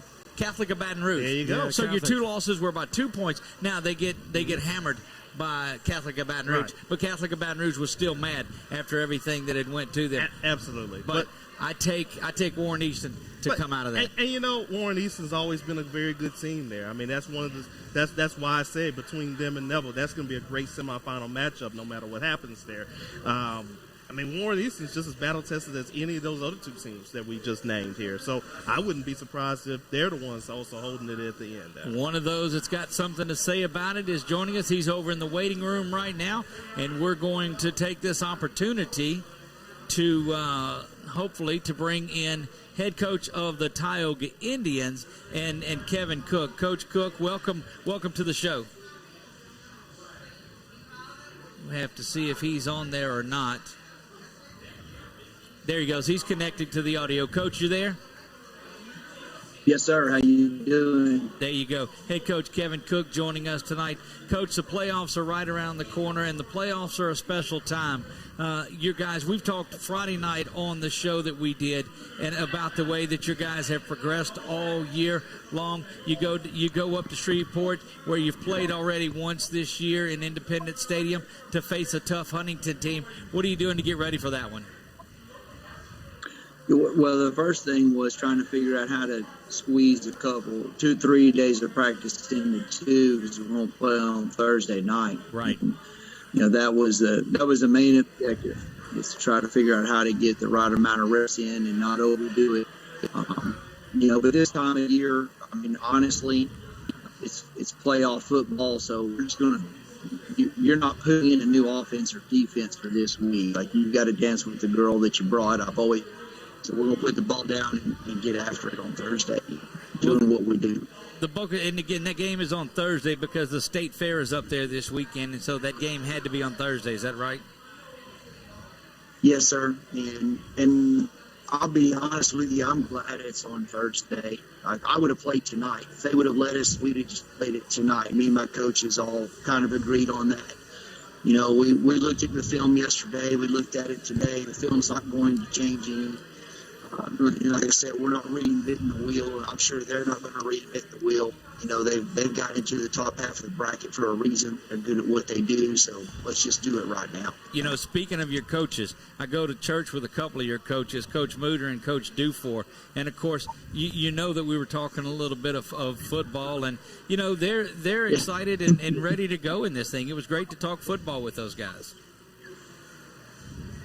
They are, and he did mention that. Matter of fact, Coach Mutter had mentioned that to me. I think we're all excited. It's a privilege and an honor to be in the playoffs right now. Our record is not what we're accustomed to, but the reality is, like I told the kids today, we're finally getting paid for the schedule we played. We have an enormously large strength factor. I think at one point it was the second. Now I think it might have gone into the third strongest strength factor in the state. Everybody talks about their district, and they talk about this and they talk about that, but the strength factor don't lie. And so we're finally getting paid for all those hard games that we dealt with earlier on in the year. Funny that we're talking about the district too, because that's one thing I really wanted to talk about. You guys going to be in a new district next season. You guys are going to be in that, and with a couple of other Central Louisiana teams, but also going up there to that Monroe district, facing against Neville and Franklin Parish. Talk to me a little bit about getting excited to possibly playing in that district. Well, we had some meetings about the district thing, and if what we really wanted to do, or if we wanted to put in some kind of other, what would you call it, idea of staying in the same district that we're in. So all of us as head coaches for different sports met, and we all agreed that we really don't care. The reality is this: we had an average of 1.5 losses, district losses, the last time we went north. So we were very successful the last time that we went north, and maybe it's time for a change. Let's stick the ball down somewhere else now. We've done this district for a little while, and we enjoyed it. We were district champions a couple times in it, but let's go north for a little bit. Like I said, we enjoyed the experience last time we were there, and I think if you ever thought we were scared of something, just look at our schedule from this year from a football standpoint. We already played those guys in baseball and softball. Even though we're not in that district, they've always still played Neville in baseball. They've always still played Neville in softball. Franklin Parish, same thing. So stick us in that district. It's all. Look, that Neville, speaking of those things, that Neville softball game out at Ward 10 last year when Tioga came, it's storied games throughout the years with Tioga and Neville. So it's good. And you're right. The complacency gets when you just do the same thing over and over and over. Mixing it up and letting your kids go play other places and see other things is a great thing. I lost you there for just a second, but I think it is. I don't know why anybody wouldn't want to go north and play football. It's great football up there. The stadiums are nice. The coaching is outstanding. The crowds are going to be great. You're going to get a great gate when they come to you. I think the second largest gate we've ever had was with Neville High School. So, why wouldn't anybody want to go north? I don't comprehend that. I don't know why we didn't go north last time because Bastrop was thrown into that equation, right, and the mileage was horrendous. That was just a little too far. But, with Bastrop dropping to 3A, it seemed like a common sense solution to me too. And so we're happy to be going. We're not going to shy away from it, and we're not trying to put up any projection. We're just going to go with whatever they got. Now, I'll say this too: if they would have left us alone, we would have been okay with that. We have a great relationship with Leesville, great relationship with the guys over at DeRitter. So we would have been just as content to stay with what we have as change. But the general consent in our meeting as a school was that we didn't really care wherever they stuck us is where we're going to go, and just be happy about it. Well, Coach, we appreciate you joining us, as always, all season long. I know you're going to be getting ready for the big show out at Buckets tomorrow night with Scott Mills and Billy. And, look, just the passion that Billy has it goes without saying. But Scott, I got to believe he is turning into a true Tioga fan. It has been great to see. I think we've kind of won him over a little bit. But, we're not that bad. We when you get to know us, we're not bad. So I think we've won them over a little bit. It's been kind of funny to watch. There you go. Yeah, well, Coach, best of luck to you this weekend, and we look for big things out of the Indians this season and in the future. Thank you guys for having me. There you go. Head coach Kevin Cook joining us tonight on the show. We appreciate that. Going to take one more break before we get in there and finish things up. Still have a couple of coaches left. Let's figure in one more break before we do, and we'll get our last couple of coaches set up. We'll be back here live from Walk-Ons in 2 minutes. You're listening to Game on CENLA, 446 Sports Production. It all started with a sketch on a napkin. An idea created by two walk-on bench warmers. And after 10 years of hard work and perseverance to turn their dream into a reality, it's the #1 sports bar in America. Welcome to Walk On.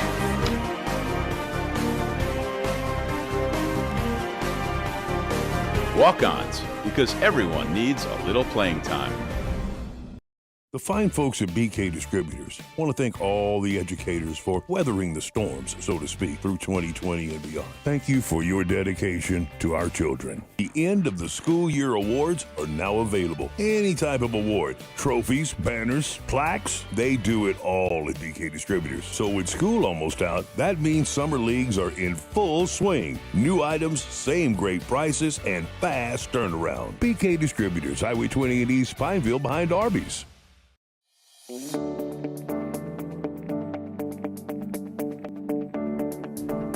From the second you step in our front door, we work with each client individually, taking the time to understand their unique lifestyles and their wishes and their needs. When we search through properties for you, it's more than just a number of bedrooms or a zip code. It's about your life, and that's what's important to us. We work with you until we find that home of your dreams. When we do find that perfect home, we walk you through the process from the first step of making the offer all the way through until closing day, and we hand over those keys. Let the Trish LaLa Group go to work for you, and let us help you find that dream home.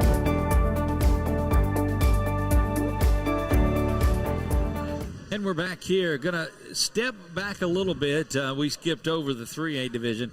We're going to look at that real quick before we take our 4A into 5A. You see, I didn't say 4A. I said 4A. No, anyway, it's lost.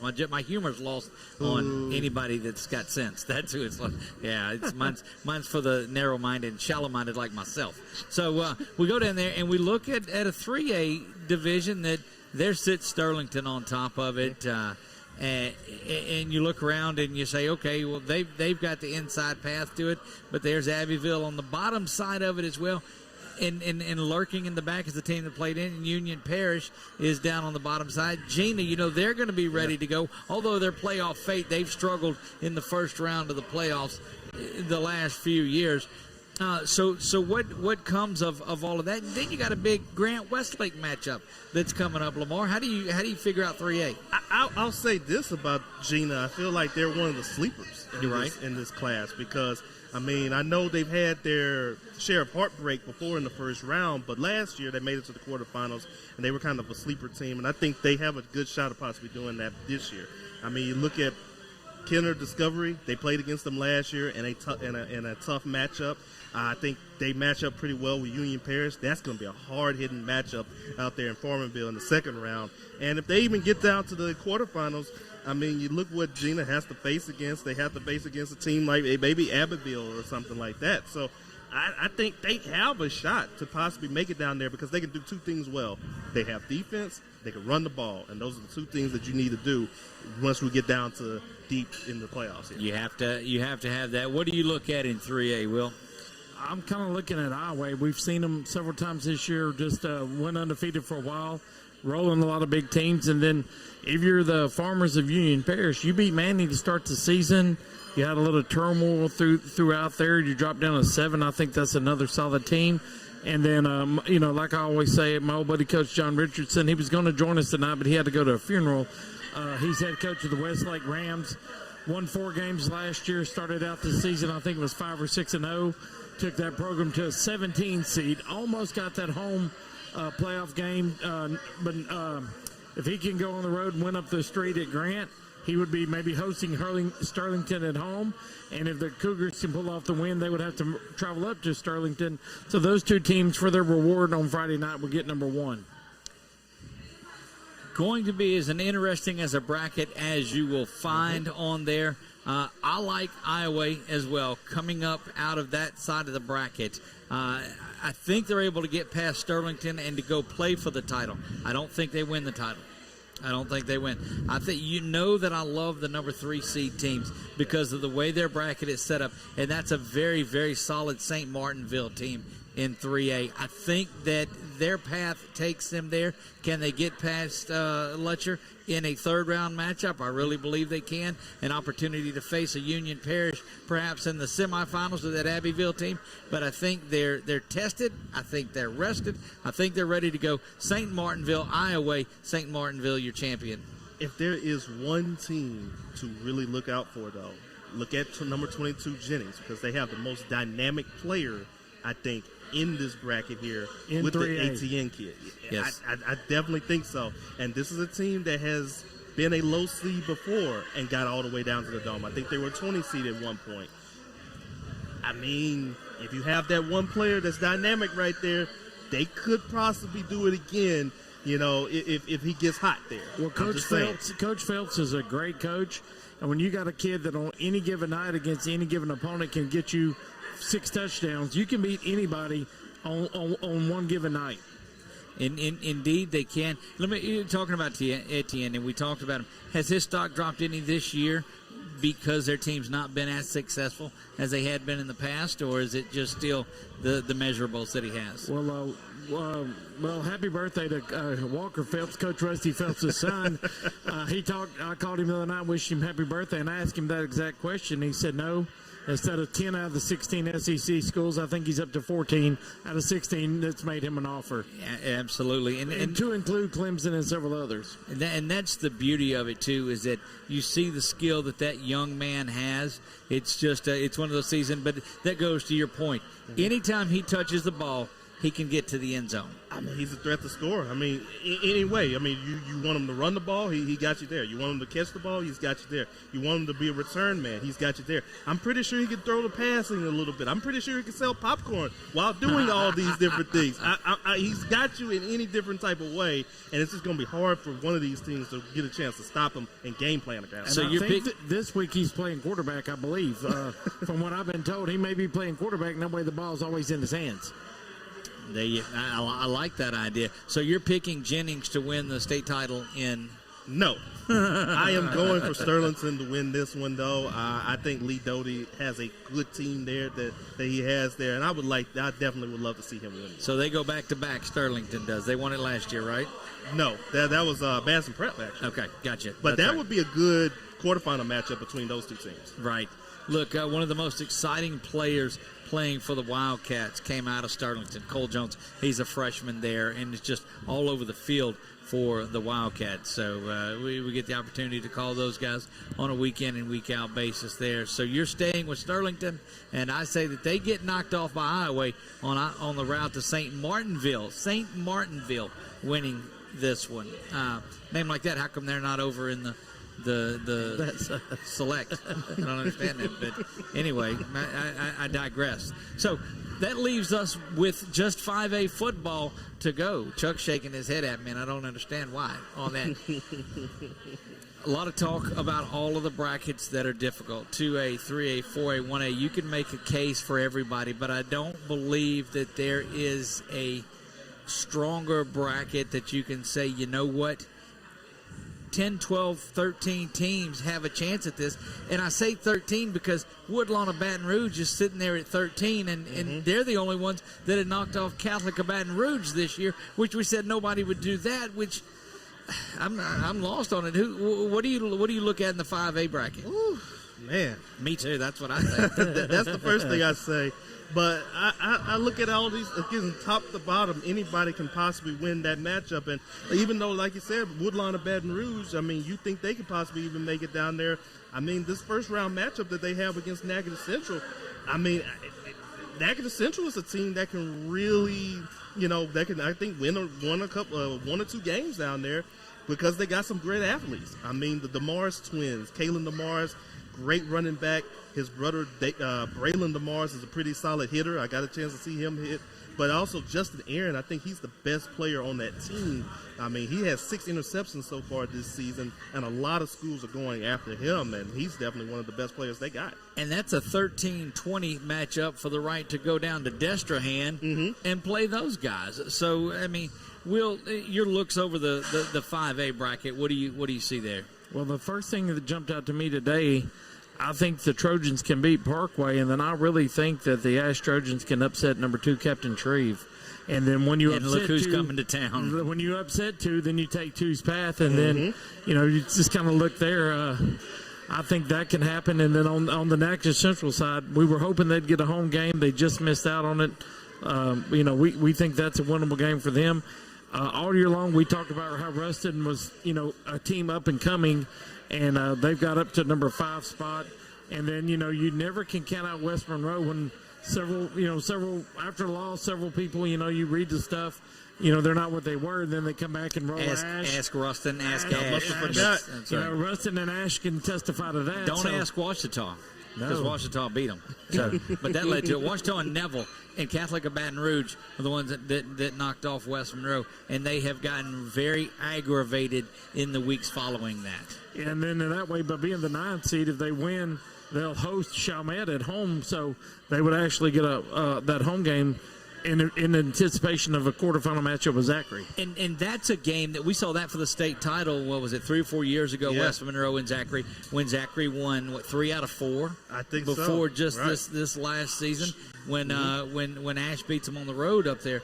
So, I mean, there's so much. So you look at it, and there's Ruston creeping around in that top half of the bracket. There's Destrehan in the top half of the bracket. So you go down south a little bit, of the bracket-wise, but Ponchatoula is down there, and they've not lost a game this season. So, and then that's where Ash is lurking at 15 in there. Captain Shreve, Acadiana, the Wrecking Rams, who, they continue to win state titles on there. And that's interesting. If Ash can win their game and upset Captain Shreve, they will host Acadiana in a state championship rematch at Ash. In the quarterfinals. Yes. Right. I think Ponchi's got themselves at least a solid road to the semifinal. No doubt. I mean, I just think so. But you look at the bottom half of that bracket, that bottom quarter of that bracket there, I mean, there's a lot of and call me a hater if you want, but there's a lot of landmines for Captain Shreve. And I hope they do it, but there's a lot of landmines there because you get past Live Oak,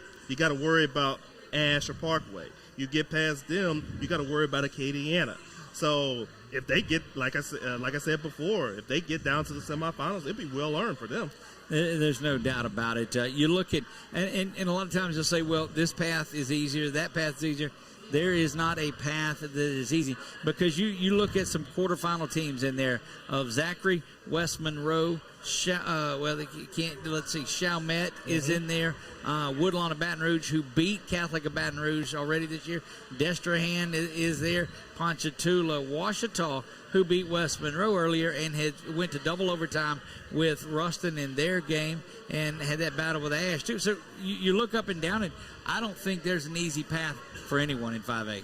No, I think this is probably one of the most competitive brackets start to finish through all classifications that I've seen in the last 10 years, and especially in 5A. I wouldn't be surprised if 2 weeks from now we're back in the quarterfinals talking about the upsets and in multiple terms, because I think there's so many teams that can upset somebody else. And just go back to like Coach Cook was saying, your strength of schedule. You played good teams all year, so you might not be seated where you think you should be. But once the playoffs hit, you may be able to get that upset. Then you're on the road back to where you want to be. And it's crazy because, oh, by the way, we're throwing in Edna Carr into this next year. Wow. And Karen Crow comes up next year. Oh, so my you've gosh. got two. I mean, Karen Crow's a team that last season knocked off West Monroe early in that one and shut them out. And knocked out Carr in the finals. And they're both coming up. So, but Warren Easton has none of it. They win that 4A bracket and send them both up there. So look, go to 5A where you got a chance to win one, says Warren Easton. Warren Easton, the most to benefit out of that move as well, because you send Karen Crow and Edna Carr out of 4A, Warren Easton's like, yes, we'll take that move. Okay, that'd be nice for the public schools in New Orleans right there. Right, yeah. So interesting to see that district, I guess, Edna Carr goes up into the Catholic League next year and plays Brother Martin. And those. Wow. Yeah. That's going to be fun to watch next season. Well, we got all the new classifications today. The new districts come out. Of course, they can be appealed, but I think several of them will be, and we'll see what the final verdict is on that. But just once everything is finalized by the LHSA, we can start looking ahead to next season, because a lot of these teams, by being redistricted, either you're going to have more games with a bigger district or less, and then you're going to be out hunting games. So we may have some great season matchups next year just off of the sheer number of having to play each other. Coach Kevin Cook was dead on saying we're getting paid off by playing the strength of schedule that we did. It gives him the opportunity, because a 3-7 team to be a 27 seed, you think at 3-7 you're not in the playoffs at all. Well, I mean, he played the state champs Manny, the 2A state champs. Right. You know, we've seen him go up and down the interstate playing lots of good teams this year. Well, went up and saw Bird. That's right. So, I mean, he's not duck or dodge to anybody, and then that's why they're rewarded by playing in the playoffs. But whenever they get there, they're not going to play anybody probably any better than what they've seen week in and week out all year. And that really helps you out a whole lot, playing a tough schedule. And it's like what we always said here. I mean, you know, if you have the team to do it, you know, play up. You know, see what your team is made out of, and whatever happens, happens. Nobody's had more misfortune in a season, I don't believe, than the Indians out there in Tioga. I mean, they're carrying about 32 guys on their roster right now in a 4A school. And I just... You're plugging in, you're trying to find the one of the great spots in there has been quarterback play of Sellers this year. It's just been so solid. Exactly. And let's not forget here, too, I mean, this is a team that has won at least the first round of the playoffs the last 5 years. And I know it's going to be tough to do that this year, but, I mean, there's not a lot of teams in the area that can really say that. I mean, it's either them, Leesville, and Manny. Those are the three that really pop up right off of the mind here in the last 5 years that have done that. So anytime you can put yourself in that type of company, I mean, that's saying something. Well, there's an opportunity. Well, look, we're going to go ahead and we've got our final call of the evening, our final coach that we're going to visit with, and it is somebody that is checking things out. Looks like he's leaving probably leaving the field is where he's at. It's head coach Thomas Bachman joining us now. He's around the ghost. It looks like he's out with the ghost. There's Coach Bachman there. Coach, can you hear us? Yeah, I'm in the house now. I just was finally getting home. I got you. You guys have been sitting around and waiting, and you know, I do want to go on record as saying when I talked to LaMar Friday night, he said there was no way that Ash hosted a playoff game. He said they might get to 18 or 17. I said LaMar said there'll be 14 or 15 on there. LaMar, do you remember that conversation? I do, and I was driving around, so I kind of remember that a little bit. Well, LaMar, you should have called me, man. I'd have told you that I'd have helped you. I'm sorry. This is about where we thought we'd be. You know, we weren't sure. Of course, you know, it goes down to, you know, some of those playing on Thursday night. It was what our non-district did. You know, you get those points, and a tenth of a point can just go so far. And when it's all jumbled up there, I'm not sure how many people have 11 power points, and then it comes down to hundredths of a point that, you know, you can move up and move down. So, well, I know you guys are getting ready for things on there. Had a tremendous performance out of freshman JT Lindsay last week. Carries the ball 18 for, I guess, 182 and the 3 touchdowns. The bulk of his work was done in the first half in spelling Jarvis Newton. Jarvis Newton, we all know what a leader he is on the team and in statistics and all of that. How's the running back situation for you? It's good to have a young one that steps in and plays like that. I mean, obviously, Jarvis is a senior and a veteran and been there, done that, played in a lot of big ball games. So as we get into this playoff stretch, and then we're just going to have to, you know, watch him every day in practice and see how he's progressing and, you know, how he's feeling. You know, we hope we're on the path to getting back out there. But, you know, if he's not available, then we'll just, you know, continue to lean on that young one and have to play well around him. And I thought we did play well around him last week. But, you know, excited about JT and hopeful that Jarvis Newton's going to be back there in the backfield here soon. Coach, not only that you get with this win, I mean, not only that you get a home playoff game with the 15 seed, but you also face against an opponent that you're very familiar with. You played Parkway the last 2 years, both of them wins. You look at the tape about this team, what stands out about them? Well, it's a lot of the same team as last year that we played. If you look at the offensive line, the quarterback, a lot of the skill kids. I mean, they were a lot of kids last year that played in the game last year, especially on the offensive side of the football. But yeah, I guess somewhat familiar. I'm not sure what staff changes, went on or didn't go on at Parkway or any of that stuff. When I say staff changes, what coordinators Coy has or hasn't hired, or who's calling plays. They do a really good job. Coy, presents a lot of matchup problems for you. He spaces the field. He's going to make you be accountable for the width of the field. They push the ball vertically, so you got to be accountable for the length of the field. So I mean, we got our work cut out for us this week. Obviously, everybody got a late start to the prep, so it's been an interesting 36, 48 hours. Kind of getting into this thing and then getting it confirmed this morning. It was a long day today, confirming a lot of stuff. One thing that makes things a little bit easier, the body of work, of course, has landed you a home playoff game on there. And we've talked about the community support. It's been a great season. Season ticket sales are up. Attendance has been up. And now you're rewarded with a home playoff game, an opportunity for the community to come out and see this big matchup opening round as you guys look to make another deep run in this. Yeah, community has been incredible. I hope we turn out in force. I mean, every home game this year has been great. I don't anticipate anything different this Friday night. I know it's going to be a little cold, so bring your heater and your blanket and come fill the stands up. But look, we're going to take it one day at a time, 1 week at a time. Everybody wants to look ahead and do all this stuff. I mean, it doesn't really go on in our building and within our staff. Where Parkway has 100% of our attention because they're a really good football team and they present a lot of challenges for us. And quality week of practice is going to go a long way. I know that sounds like coach speak, but it's so true. Coach, I was impressed with some of your guys on the defensive end. I was actually in the gym talking to Bailey a while ago, watching your guys work, and I think on that, on the defensive side of the ball, I think there's some guys that may not get the credit they deserve, but I think your defense is going to play big for you this week.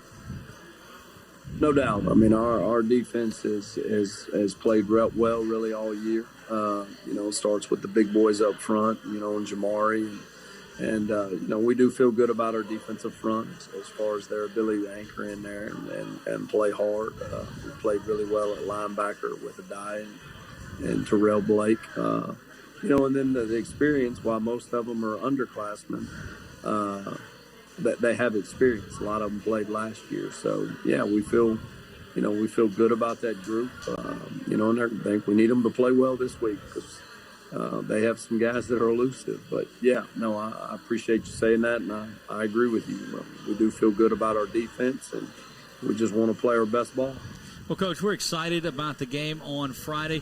Just to our listeners, we'll be back here at Walk-Ons on Thursday night. We'll have the Thomas Bachman Show at 7 o'clock. And Coach, excited about breaking this game down and getting ready for the Friday night. As always, big thanks out to your wife and your family for lending you to us for yet one more time. We appreciate that. Congratulations on a great season. We got a lot of work to do. Yep, no doubt. Looking forward to Thursday. Appreciate y'all having me on tonight. There you go. Head coach Thomas Bachman of the Ash Trojans joining us on here. And so one last thing that we said that we were going to talk about tonight was our Express Pros great job of the week. And so gave you guys an opportunity to maybe submit a nomination of who you thought would be your player of the week, something that stood out to you. They had one job to do, and they went out there and did it this week. Mine would have to be like late in the game with that DeQuincy Roseman game. Just when you needed him, Ethan Fry throws a touchdown pass, gets another big run, and Ethan's back doing his job. After Brad told me that, my mind can't get over that Logansport game, knowing they would have been a 4 with him, and now they're an 8 without him. And we've been talking about that since the week before. Yes. He wasn't going to be there when you told me he wasn't. He wasn't going to. That's about the only thing I can say. I've still been. I don't know. I'm still upset with that. LaMar? I had to go with let's go with Grant. I mean, let's go with Grant Dillon Barrett out there. I mean, they did what they had to do in that game against Buckeye in a must-win game for both teams. They would have won the game. They would have got a chance to host a home playoff game, and they did that, 51-21. And you know what Dillon has done with this program over there at Grant. He's rejuvenated. There were a lot of people in the stands on the visitor side that time, and he's got them believing and all that. And they're 8-2, and this is the first time they've been 8-2 since 2004. So they've done a great job over there, and I think only the best is yet to come for them. Indeed, it is. We'll find a player off of that team because we're going to award it to one of the players on the team. They'll get a $25 gift card on there. So we want you to go in there and submit your nominations on here as well. If you've watched the show, if you go back and watch it, I'm going to nominate the young man JT Lindsay on there as well. 18, it steps up in place of Jarvis Newton and said, look, just go in there and your job is to keep things at bay. Carries it 18 times, 182 yards and 3 touchdowns. That's doing your job. As a freshman, has an opportunity to be one of the most solid running backs. And Ash has had a ton of running backs to come out of there. And the last several are playing in college somewhere. And so those nominations will be open tonight. We'll announce that winner tomorrow on BWS Sports, and we'll do it here on 446 Sports. And we can't forget about London Williams over there at Manning. He only had 5 carries for 90 yards, but he scored 4 touchdowns at that one. So, job well done there. 5 touch kick. Wow. Hey, why did you get the 5th touchdown? I'm kidding. I mean, can you imagine and look at the old look ahead thing? If we put them up like we can say Rocky and Drago, Grant Cody and London Williams, people won't believe those numbers. We might have to get somebody to certify those stats, but those kids are both almost around the 40 touchdown mark, both approaching 2,000 yards, and it's just unbelievable that they could be going head-to-head in the quarters. We're going to have a hard time when we pick our fantasy team. Thanks for bringing that up. Look, it's going to be intense. We're going to do that after, but when we make the transition from football over to basketball, we're going to do that, and that'll be after the state champions are announced. We'll do it on our final wrap-up show. Want to thank the folks out at Express Professional Employment. Express Pros, they've got that Express Jobs app. If you work for them, you can find your schedule, what's going in all of that. Seth Landry and that group, we can't say enough about what they do for us. Our new scoreboard sponsor that's out there is Louisiana Eye and Laser Center. They've got that office down in Leesville. Yes, sir. So if there's anything you need when it comes to eye care, go check the folks out at Louisiana Eye and Laser Center, and all of the sponsors, especially the ones here at Walk-Ons that have been just so accommodating. I think we're here more nights than we're not during football season, which isn't bad because the food is amazing. Oh, yeah. Without a doubt it is. That's going to wrap it up. Our bracketology breakdown show that tonight, the much anticipated one in our minds. And so look, what I beg you to do, if you followed along, if you're going back and watching this, I want you to take all of this knowledge and all of this wisdom that was put out on you tonight and realize that we really don't have a clue what we're talking about, and make your own. Now, when the dust settles, we think, but you'll start. Chuck does everything for us too. Look on there. Go fill out your brackets, print them out, and watch them. It's not as bad as the NCAA, where on the first weekend, I'm tearing my bracket up because my champion's gone. Yeah, we just have fun. Chalk's not going to win all of the state championships. The number 1 seed, the number 2 seed are going to win in every division. You can believe that. It's not going to come down to 1 and 2 playing for the title in every division or every class. It's just not going to happen. There's going to be some special stories. There's going to be some upsets along the way. We're going to be here all the way while this unfolds. LaMar, my man, thank you for getting here for an hour and a half of this show. Hey, just a programming note. Let him know when we're coming back and what time. Monday night. We're going to move this show to Monday night for the playoffs. Okay. We'll move it to Monday night for the playoffs. What time, LaMar? What's 6 o'clock? 6 o'clock, right? Yes. Okay. We'll be here at 6 o'clock. I don't know that we'll have a 2-hour set, but if all of our teams advance, short of the winner of the East Beauregard and the Maryville game, because can't do that. I mean, even I can tell you that. We're going to sit down, we'll hash it out, and we'll get the coaches back. As long as their team's playing, we're going to be here, and we're going to be getting the coaches on. The main reason we do it is for you guys. We couldn't do anything. Will, thank you so much for all that you do for that western side of Louisiana. Couldn't do anything without you, and I don't see how your phone doesn't blow up as much texting as goes on that thing. Well, I'm glad it don't. My wife finally upgraded me. I got rid of the flip phone last January, but you know, everything we do, me, you, LaMar, a lot of it's for the kids, by the kids, and with the kids. And right. The kids in our area, you can compare it to any parishes across the state. What we do is more than anybody else does. Not for that we're better than anybody, just we do what we do as a group better than anybody else. I agree with that wholeheartedly. State champs beside me on either side of me. I assure you that. Our man Chuck Perkins, who makes us all sound good and gets the connections going. He's got so many wires that are out here that you guys aren't able to really see on there because he covers it up with this fancy graphic that's right here. I know what he does there, so nobody sees what's going on there.